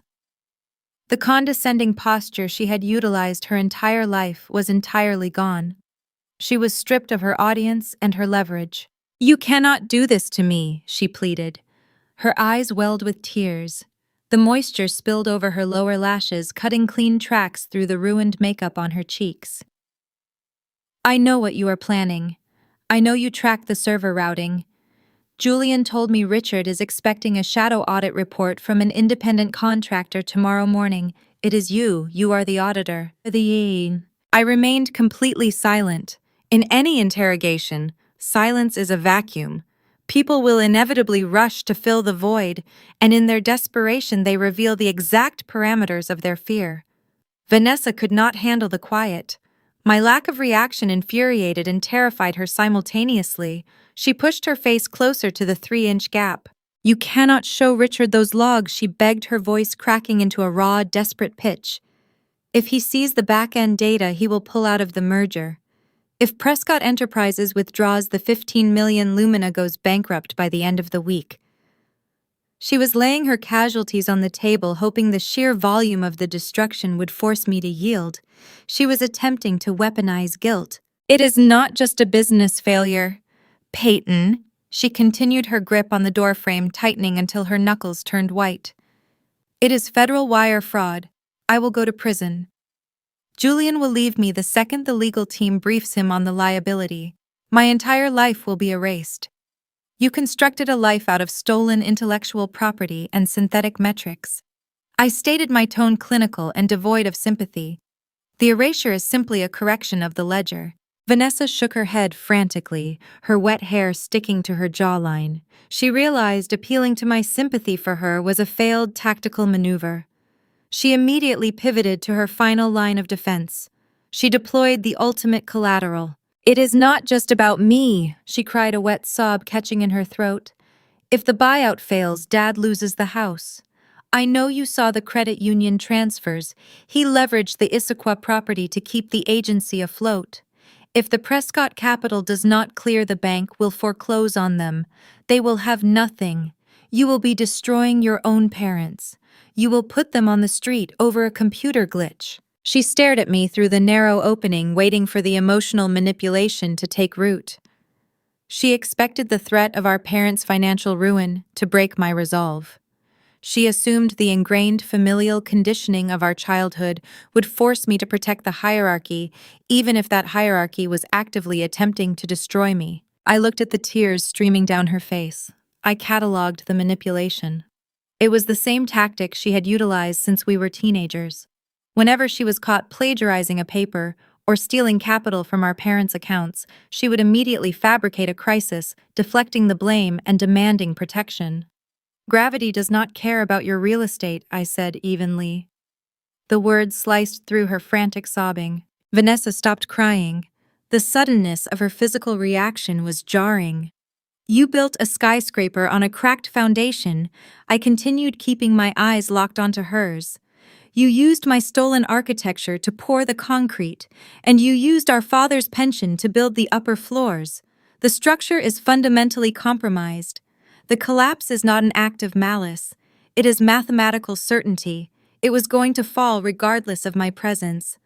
I am just the person holding the structural report. She stared at me through the gap in the door. The tears instantly evaporated from her eyes, drying up the moment she realized they were an ineffective currency. The mask of the desperate, pleading sister slipped away, revealing the cold, calculating core beneath. The despair vanished entirely. What replaced it was a cornered, toxic malice. Her posture shifted. She stopped leaning against the doorframe and stood up straight. The frantic energy hardened into a sharp, vindictive focus. You think you are untouchable sitting in this dark little box? She spat. Her voice dropped, the reedy, hysterical pitch morphing into a low, venomous hiss. You think because you hold a few encrypted files you control the narrative? You have always been a delusional, socially inept failure. I did not blink. I watched the algorithm of her survival instinct execute its final sequence. She had realized negotiation was impossible. She had realized emotional blackmail was useless. The only remaining option for a cornered predator is a preemptive strike. I am not going to let you walk into Prescott Tower and hand Richard that dossier, she said, her lips pulling back into a rigid sneer. I am not going to let you take my company and my future just because you are jealous of everything I built. You built nothing, I corrected quietly. I will destroy you before you get the chance, Vanessa promised. The threat was not delivered with screaming rage. It was delivered with the absolute chilling certainty of a woman who had spent her entire life manipulating reality to serve her needs. She turned on her heel, her designer coat sweeping against the hallway wall. She did not wait for my response. She marched toward the elevator bank, the sharp, aggressive click of her heels echoing loudly down the empty corridor. I watched her through the fisheye lens until the metal doors slid open and swallowed her. I reached forward, unlatched the heavy brass chain, and firmly pushed the door shut. I engaged the deadbolt, the internal locking mechanism sliding into place with a solid, reassuring sound. I walked slowly back toward my home office, the ambient blue light of the monitors guiding my path. The physical confrontation had lasted less than 10 minutes, but the parameters of the conflict had shifted entirely. Vanessa was not going to wait for Monday morning. She was not going to sit in her rented loft and wait for the executioner to arrive. She was currently riding an elevator down to the street, fueling her panic with alcohol and desperate ambition. Her primary weapon was her ability to spin a crisis. She was going to try and dismantle my credibility before I could dismantle her servers. I sat back down in my ergonomic chair and placed my hands on the keyboard.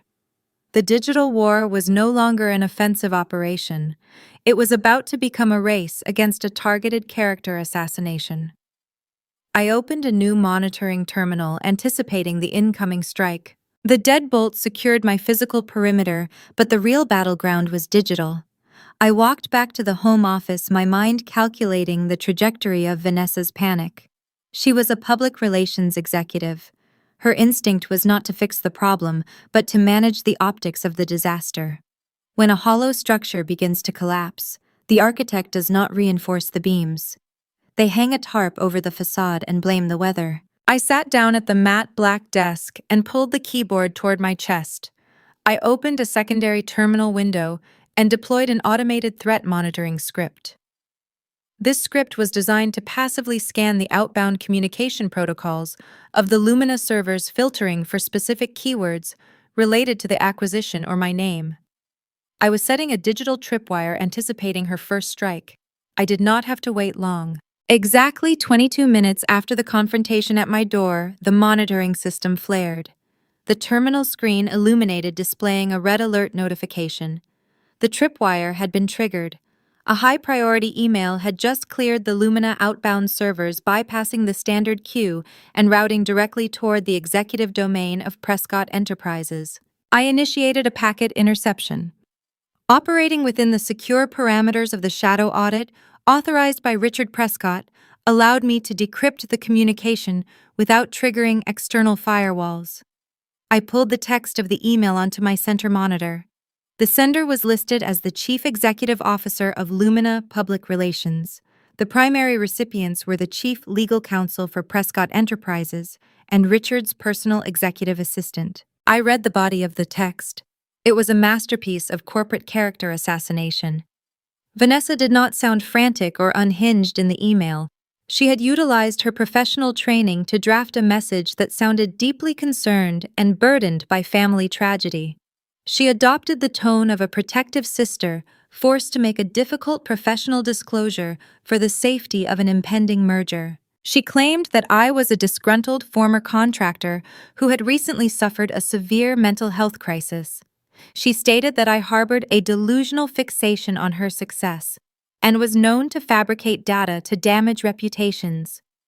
She detailed a fictional history of erratic behavior, suggesting I was prone to submitting unsolicited and entirely fabricated audits to her corporate partners. She strongly advised the Prescott legal team to disregard any communication they might receive from me, warning them that I possessed forged documents designed to sabotage the acquisition. She framed me as a catastrophic legal liability, citing my supposed instability as a potential risk to the confidentiality of the merger. It was a textbook preemptive strike. She was inoculating the target against the infection of the truth. In the high-stakes environment of a $15 million corporate buyout, legal teams are notoriously risk-averse. They function as the immune system of the corporation, designed to reject anything that resembles a lawsuit or a scandal. Vanessa knew that if she could attach the label of unstable liability to my name, the Prescott lawyers would advise Richard to dismiss my findings entirely, regardless of their validity. They would prioritize protecting the due diligence process over investigating a wild claim from a seemingly erratic sibling. She was attempting to burn the bridge before I could cross it. The strategy was ruthless, and it relied on a critical assumption regarding my psychology. Vanessa assumed I was playing the same social game she was playing. She assumed I would react to the smear campaign with predictable outrage. She expected me to panic. She calculated that I would immediately call Richard Prescott to defend myself or initiate a messy public dispute to clear my name. But defending yourself against a fabricated character assassination only validates the premise of the attack. It pulls you into an emotional mud pit where facts are obscured by volume and hysteria. When someone attacks your credibility, arguing with them only proves you are erratic. I did not panic. I did not pick up my phone to call the billionaire. I did not draft a frantic rebuttal to the legal team. I read the email a second time, analyzing the structural weakness of her maneuver. The smear campaign was effective, but it exposed a fundamental flaw in her technical understanding. She was attempting to solve a math problem using public relations. Instead of fighting the narrative she had constructed, I decided to weaponize it. The encrypted dossier sitting on my local drive contained the offshore routing numbers and the stolen proprietary algorithm. It contained the undeniable proof that my father had secretly leveraged the Issaquah property to fund the operation. The evidence was devastating, but a skilled corporate defense attorney could still introduce a sliver of reasonable doubt. They could argue that Vanessa was the victim of a rogue developer who built the bot farm without her knowledge. They could argue that Thomas Henderson had simply provided a blind loan, unaware of the criminal application of his capital. They could claim executive ignorance, shielding her from direct liability. To eliminate that sliver of doubt, to secure an airtight execution in the boardroom, I needed more than just the location of the ghost servers. I needed indisputable proof of her active participation in the cover-up. I needed her digital fingerprint stamped directly on the crime scene. To obtain that fingerprint, I had to make her drop her guard. I had to let her believe her smear campaign was a total success. I had to convince her that my forensic audit had been neutralized and reduced to a desperate, petty grievance from a defeated sibling. I closed the intercepted email and opened the formal due diligence portal hosted on the Prescott servers. This portal was visible to the Lumina executive team, acting as the central repository for all financial disclosures related to the acquisition. It was the official ledger. I bypassed the critical server logs housing the bot farm data. I navigated away from the offshore payment gateways. Instead, I focused my attention on the most trivial mundane section of the corporate filing system. I accessed the executive expense accounts. Vanessa treated her corporate card like a personal slush fund. It was a common symptom among founders who prioritize lifestyle over liquidity. Venture capitalists rarely scrutinize dinner receipts when a company claimed explosive growth metrics. They ignored the champagne bills if the dashboards looked green. I pulled her transaction history for the previous 2 quarters and initiated a targeted filter looking for compliance violations. The system yielded results within 3 minutes. I found a series of exorbitant charges originating from a luxury spa retreat in Sedona, Arizona. The billing dates coincided exactly with a week Vanessa claimed to be attending a vital digital marketing summit in Chicago.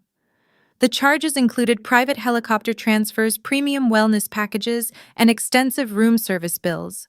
It was embezzlement on a microscopic scale.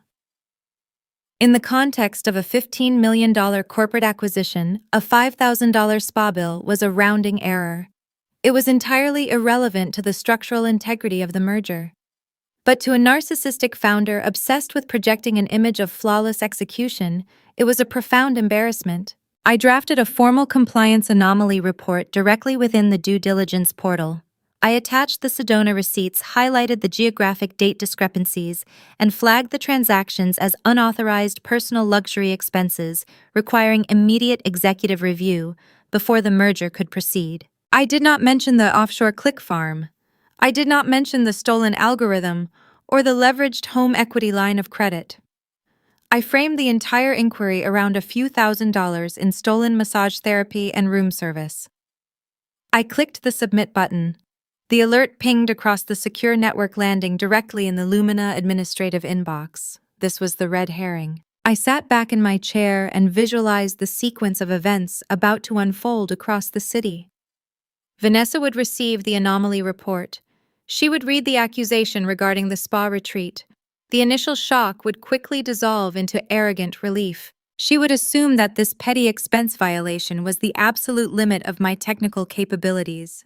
She would conclude that my grand threat at the apartment door was a bluff.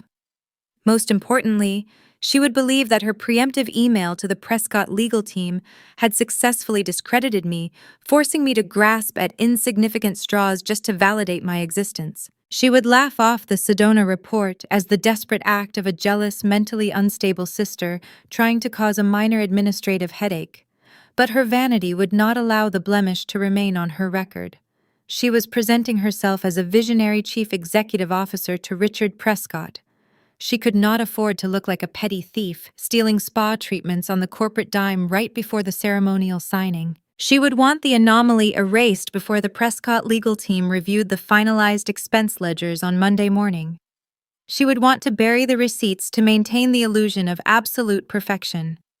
To bury those specific receipts, Vanessa could not use a standard employee account.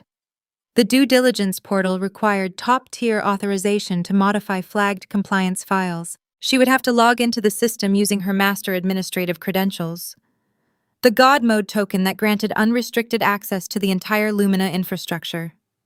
When a user logs in with a master token, the internal firewall protocols briefly lower their shields to allow the encrypted handshake.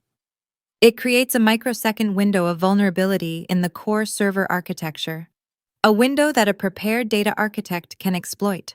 I opened a secondary terminal bypassing the formal portal and parked my digital presence right outside the Lumina master firewall. I typed a string of executable code, building a silent packet sniffer designed to piggyback on the next master administrative login. I did not need to break the door down. I just needed my sister to open it from the inside. I leaned back in the ergonomic chair, letting my eyes adjust to the low light. The secondary terminal displayed a blinking cursor waiting for the perimeter breach. I had set the trap using the oldest vulnerability in corporate history: vanity. Vanessa had spent her entire adult life crafting an impenetrable armor of aesthetic perfection. She understood that in the upper echelons of Seattle society, optics were a tangible currency. She believed that as long as the surface looked flawless, nobody would ever inspect the plumbing. She was terrified of Richard Prescott finding the ghost servers because it meant prison. But she was equally terrified of him finding the Sedona spa receipts because it meant she was tacky. It meant she was exactly the kind of desperate social climber her future father-in-law despised. I knew she would not be able to let the compliance anomaly stand. I knew she would log in. At 2:40 in the morning, the terminal screen shifted from a dormant black to a bright, active green. The network monitoring script registered a sudden incoming connection request originating from a luxury high-rise in Belltown. The prompt appeared on my center monitor. Master admin token verified. She took the bait. My sister was currently sitting in her apartment, likely still wearing the damp camel hair coat she had thrown on to confront me. She had poured herself another glass of wine and decided to clean up the mess. She thought she was performing routine damage control, entirely unaware that her attempt to erase a $5,000 embezzlement charge was about to cost her a $15 million corporate buyout. When Vanessa utilized her God mode credentials to bypass the standard user interface, the Lumina network architecture reacted exactly as designed. The system required a brief, unencrypted handshake to verify the master token against the active server state. To alter a financial ledger, the administrator must temporarily lower the internal defensive protocols. The firewall dropped for less than a microsecond. I did not hesitate. My fingers flew across the keyboard, executing the piggyback script I had prepared. The code operated like a digital parasite.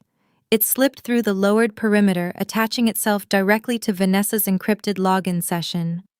I was inside the core servers, riding the wake of her own administrative privileges. I opened a viewing window to monitor her activity. I watched the digital footprint of her cursor as she navigated through the executive ledgers. She bypassed the operational folders and went straight to the flagged compliance report. She isolated the Sedona receipts and initiated a deletion command.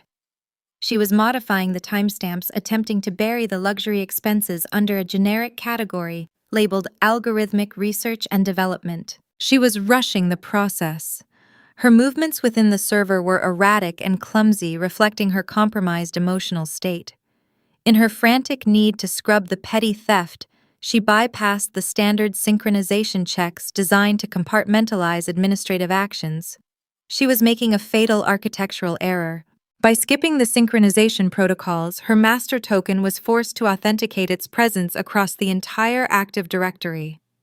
She was essentially walking through a freshly poured concrete floor to wipe a smudge off the window. My extraction script detached from her session and dropped into the root directory. I did not need to download the bot farm logs again. I already possessed the technical data proving the synthetic traffic existed. What I needed was the digital signature currently authenticating her session. I targeted the synchronization log. As Vanessa's master token validated her commands, it permanently stamped her unique encrypted cryptographic signature onto every active sector of the network. That included the corrupted hidden directory housing the automated command scripts for the offshore server farm. The progress bar for the extraction appeared on my left monitor. I needed 40 seconds to pull the signed session logs before she finished deleting the receipts and logged out. If she terminated the connection before the download completed, the firewall would slam shut, trapping my script inside the servers and alerting her security software to the breach. 10 seconds. The progress bar crept forward. Vanessa was currently altering the vendor codes on the final spa invoice. 20 seconds. My script located the Active Directory stamp connecting her administrator token directly to the bot farm execution command. She was leaving an undeniable glowing fingerprint on the exact mechanism generating her fraudulent revenue. 30 seconds. She hit the save button on the modified ledger. The system began processing her changes, preparing to close the unencrypted session. 40 seconds. The extraction progress bar hit 100%. The terminal chimed softly. I severed the connection immediately, yanking my extraction script back through the closing firewall. A fraction of a second later, Vanessa's master session timed out. The digital perimeter snapped shut, sealing the Lumina servers. I exhaled a slow, measured breath. The silence of the apartment felt different now. It was no longer the tense, coiled anticipation of a hunter waiting in the brush. It was the calm, absolute certainty of a balanced ledger. I opened the newly extracted file. The data rendered clearly on my screen. There was the undeniable cryptographic proof. The chief executive officer of Lumina Public Relations had logged into the core network using a master token. That token had actively synchronized with the offshore command module. She could no longer claim ignorance. She could no longer blame a rogue developer or a careless financial officer. The metadata proved that she had direct intentional knowledge of the fraudulent architecture, and she had chosen to bypass it to hide a petty theft. I dragged the synchronization log into the encrypted master dossier, joining the stolen algorithm, the offshore routing numbers, and my father's leveraged home equity documents. The weapon was fully assembled. The digital architecture of her ruin was now contained in a single portable file. I leaned back and looked at the digital clock. It was 3:15 in the morning. The city outside my window remained dark and quiet. The rain had stopped, leaving the streets slick and reflective. I had secured everything I needed. The forensic audit was complete. I closed the terminal windows and initiated a final system lock on my workstation. I stood up from the desk, my body aching with the stiff exhaustion of a prolonged adrenaline spike.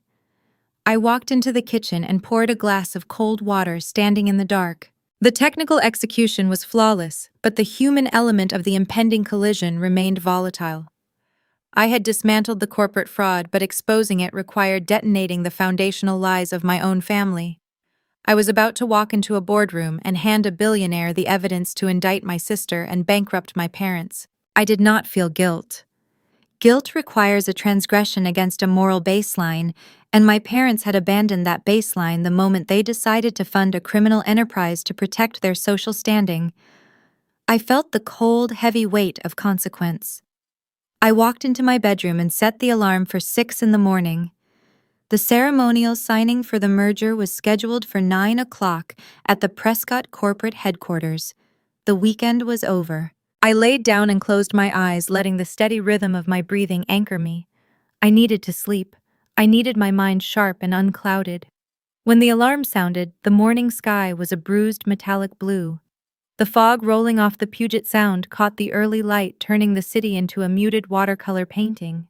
I showered, letting the scalding water wash away the exhaustion of the night. I walked to my closet and bypassed the casual techwear. I pulled out a tailored charcoal suit. It was understated fitting with immaculate precision, offering no unnecessary flourishes. It was the armor of a professional auditor. I tied my hair back, slid my feet into polished black heels, and picked up my encrypted tablet. The solid-state drive contained the dossier. I walked out of my apartment, locking the door behind me. I rode the elevator down to the subterranean garage, the polished metal doors reflecting my neutral expression. I stepped into my sedan and started the engine. The drive to Prescott Tower took exactly 20 minutes. The downtown core was waking up the streets, filling with delivery trucks and early commuters. The monolith of glass and steel housing Richard Prescott's empire loomed ahead, dominating the skyline. It was an architectural statement designed to project absolute transparency and unyielding power. It was a fitting arena for the execution of a lie. I pulled into the secure parking structure, navigating the labyrinth of concrete ramps until I found a visitor spot near the executive elevators. I turned off the engine. The sudden silence in the cabin was stark. I looked at the encrypted tablet resting on the passenger seat. The final countdown had initiated. I picked up the device, my grip firm and steady. I stepped out of the car, the sharp click of my heels echoing in the cavernous garage. The physical confrontation was imminent, and the battlefield had shifted from the digital realm to the polished mahogany of a corporate boardroom. The high-speed elevator climbed to the 47th floor of Prescott Tower. My ears popped as the altitude changed. The metal doors parted to reveal an expansive reception area lined with abstract art and manned by 2 assistants operating minimalist consoles. The receptionist did not ask for my name. She simply offered a polite nod, recognizing me from the authorized visitor log, and directed me toward the executive boardroom at the end of the glass corridor. The boardroom was a theater of corporate power. Floor-to-ceiling windows offered an uninterrupted sweeping view of the Puget Sound. The morning sun glinted off the gray water, casting bright, shifting patterns across the polished surface of the heavy mahogany conference table. In the center of the room, a discreet side table was staged with crystal champagne flutes and 2 bottles of vintage champagne chilling in a silver bucket. The set pieces for a celebration were perfectly arranged. The principal actors were already present. Julian sat near the head of the table wearing a bespoke dark suit. He projected an aura of relaxed success, casually checking his phone, while he waited for his father to arrive and sign the paperwork. To his immediate right sat my father. Thomas had discarded his trench coat. His posture was rigid, his hands folded tightly over a blank legal pad. He was fighting a desperate internal battle, attempting to project the calm demeanor of a seasoned executive, while standing on the edge of a financial cliff. Opposite Julian sat Vanessa. She looked exhausted, but triumphant. The dark circles under her eyes resulting from her midnight panic were heavily concealed by professional makeup. She wore a pristine white blazer projecting the image of a visionary founder ready to cash out. I entered the room silently. I did not announce my presence. I walked past the champagne bucket and moved to the far end of the long mahogany table. I pulled out a heavy leather chair and sat down, placing my encrypted tablet on the wood in front of me. The soft click of the device hitting the table drew their attention. Vanessa turned her head. Her eyes locked onto me, and a spectrum of expressions flashed across her face. First, a flicker of genuine surprise, followed immediately by a slow, spreading smirk of triumphant arrogance. The dramatic irony saturating the room was thick enough to choke on. She looked at me and saw a defeated adversary. She believed her preemptive smear campaign to the Prescott legal department had successfully framed me as an unstable liability. She assumed my presence here was a desperate final attempt to cling to relevance. She thought I was sitting at the far end of the table to witness her coronation and accept my newly assigned subservient position within her corporate empire. Thomas met my gaze briefly. He gave a microscopic, patronizing nod, confirming his own delusion that the family hierarchy had survived the weekend. He believed I had folded under the pressure of his impending bankruptcy and chosen to protect the bloodline. The heavy glass doors at the front of the boardroom swung open. Richard Prescott walked in. The atmosphere in this room shifted instantly, realigning around the gravitational pull of the billionaire. He was flanked by 3 men carrying thick leather briefcases. These were the senior partners of his corporate legal counsel. They wore dark suits and expressions of unreadable calm, functioning as the immune system of the conglomerate. Richard walked directly to the head of the table. Julian immediately stood up. His mild irritation with my presence vanished, replaced by eager deference. He extended his right hand, ready to execute the ceremonial handshake that would initiate the transfer of wealth. "We are all set here, Richard," Julian said, his voice projecting forced enthusiasm. "The contracts are ready for your signature." Richard did not take the offered hand. He looked at Julian's outstretched arm for a fraction of a second, then bypassed him entirely. He pulled out his chair and sat down. Julian's hand hung in the empty space. A flush of embarrassment crept up his neck. He slowly pulled his arm back and lowered himself into his seat, glancing at Vanessa for reassurance. Vanessa lost her smirk. Richard reached into his jacket pocket. He produced a sleek black remote clicker for the boardroom projector. He placed it on the polished wood and slid it down the length of the table. The plastic device glided over the mahogany, stopping precisely in front of my encrypted tablet. "The floor is yours," Payton Richard announced. His voice was flat, carrying the sterile authority of a judge convening a trial. I picked up the clicker. The plastic felt cold against my palm. I stood up, the legs of my heavy leather chair scraping against the carpet. I connected my tablet to the hidden port in the table. The expansive digital screen dominating the far wall flared to life, casting a sharp blue light across the room. I did not clear my throat. I did not offer a preamble. The data required no introduction. "This is the executive summary submitted for due diligence," I began, my voice calm and analytical. The slide displayed the pristine graph Vanessa had provided to the acquisition team, showing a steep upward trajectory of user engagement. I pressed the clicker. The polished graph shattered into raw server logs, displaying a dense cascade of Internet Protocol addresses and query timestamps. "This is the reality," I said. I directed the legal team's attention to the specific cluster of accounts. I explained the synchronized login times, the identical query durations, and the mechanical intervals between sessions originating from the Eastern European proxy network. "These are not human users," I stated, letting the words fall like stones onto the polished wood. "This is a synchronized bot farm executing automated commands." Julian pushed his chair back, the legs grinding harshly against the carpet. "Richard, this is a mischaracterization," Julian stammered, pointing a trembling finger at the screen. "It is an industry-standard growth hacking technique to stress test the servers." The lead legal counsel raised a single index finger. "Do not interrupt the presentation," the lawyer instructed. The command was soft but unyielding. Julian's mouth snapped shut. He sank back into his chair, his bespoke suit suddenly looking 2 sizes too large. I pressed the clicker again, transitioning the screen from network logs to the decrypted financial gateways. "Synthetic traffic demands significant capital," I continued. "Lumina depleted its venture funding months ago. The company is generating zero legitimate revenue." I highlighted the weekly wire transfers, tracing the path through the Delaware clearinghouse to the offshore hosting accounts. "The asset you are attempting to acquire is fundamentally insolvent." I paused, letting the financial reality settle over the lawyers. Then I split the screen. On the left, I displayed the core routing engine of Lumina Public Relations. On the right, I displayed a time-stamped archive of my own proprietary code from 2 years prior. I walked the lawyers through the architecture, highlighting the identical logic gates and the specific error-handling protocols. I magnified the central directory block, revealing my unique naming convention hidden in the syntax. The algorithmic engine driving this agency was not developed by a visionary founder. I explained the steady cadence of my voice slicing through the heavy silence. It was extracted from my stolen hardware. "You are attempting to purchase stolen goods." Vanessa shook her head, her breathing shallow and rapid. She tried to deploy her final defense, relying on the smear campaign she had launched in the middle of the night. "She is lying," Vanessa cried, looking frantically at Richard and then at the lawyers. "She hacked the system this morning to frame me. I sent you the email warning you about her. She planted that code."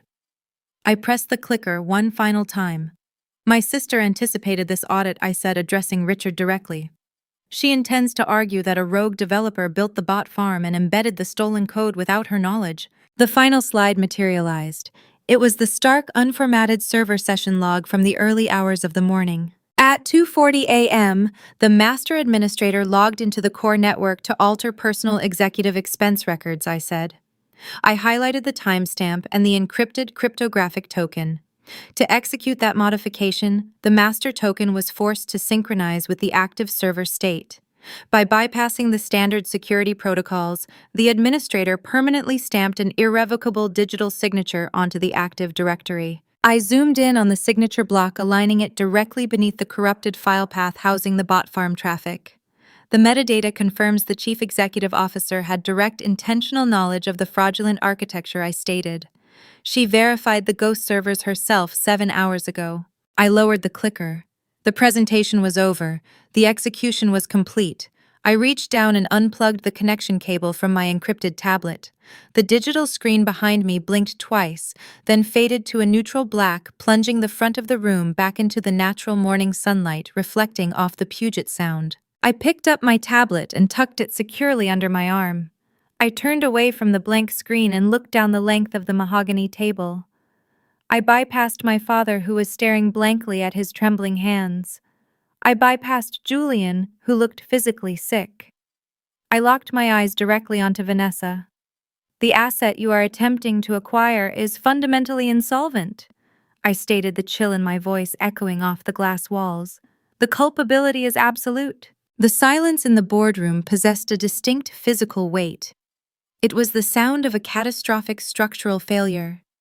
When a building collapses, the loudest noise is not the initial fracture.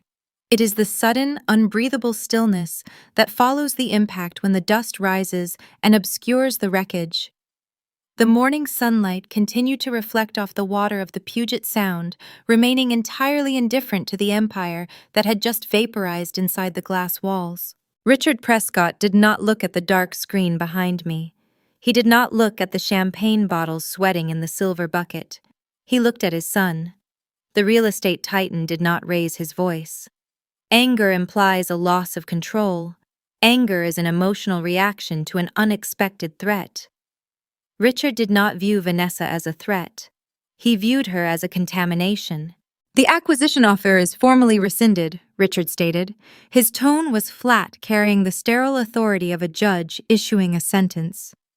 "The letter of intent is void due to material misrepresentation and capital fraud during the due diligence period." Vanessa flinched. Her pristine white blazer seemed to crumple around her shoulders. She reached across the polished wood, her fingers grasping at empty air.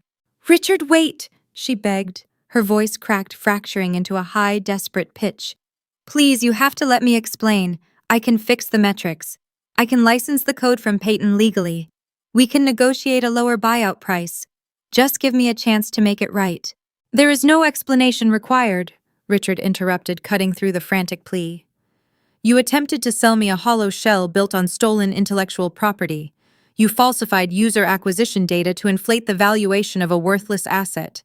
He turned his head slightly, addressing the lead legal counsel seated to his right. "Contact federal regulators immediately," Richard ordered.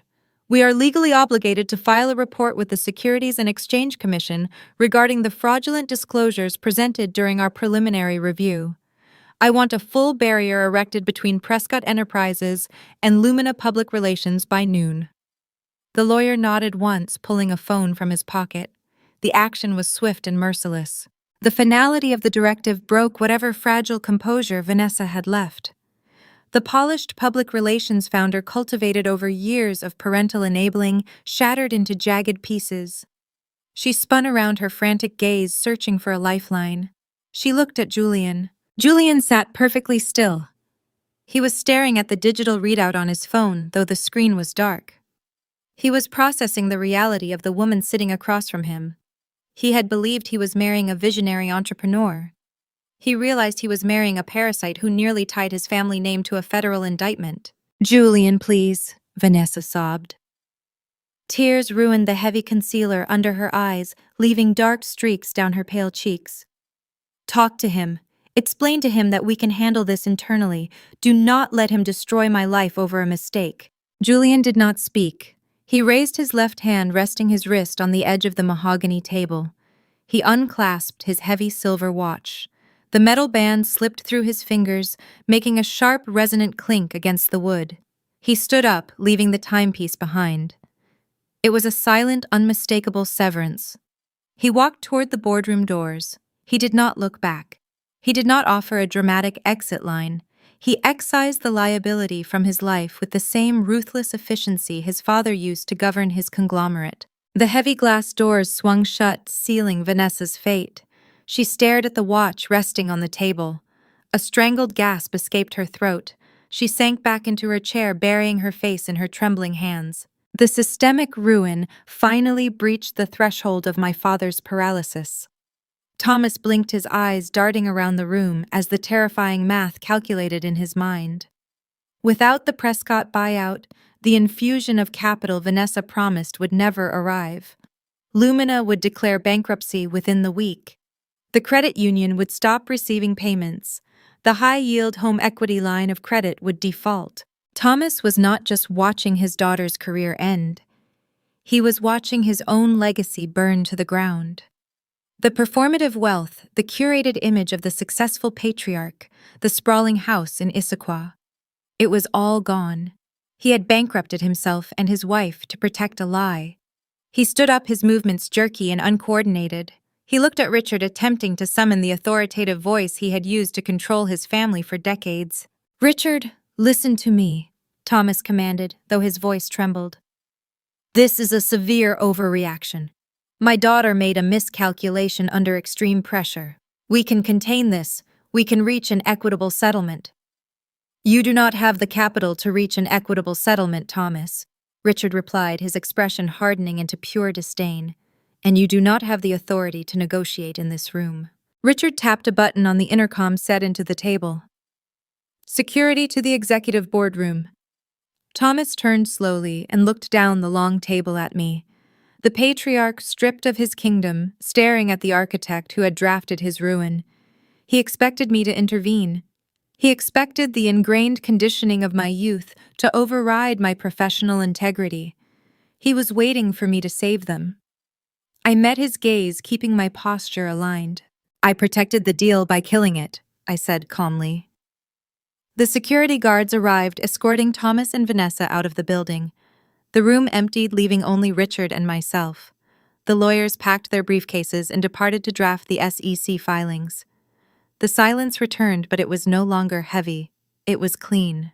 Richard stood up and walked toward the window, looking out over the water.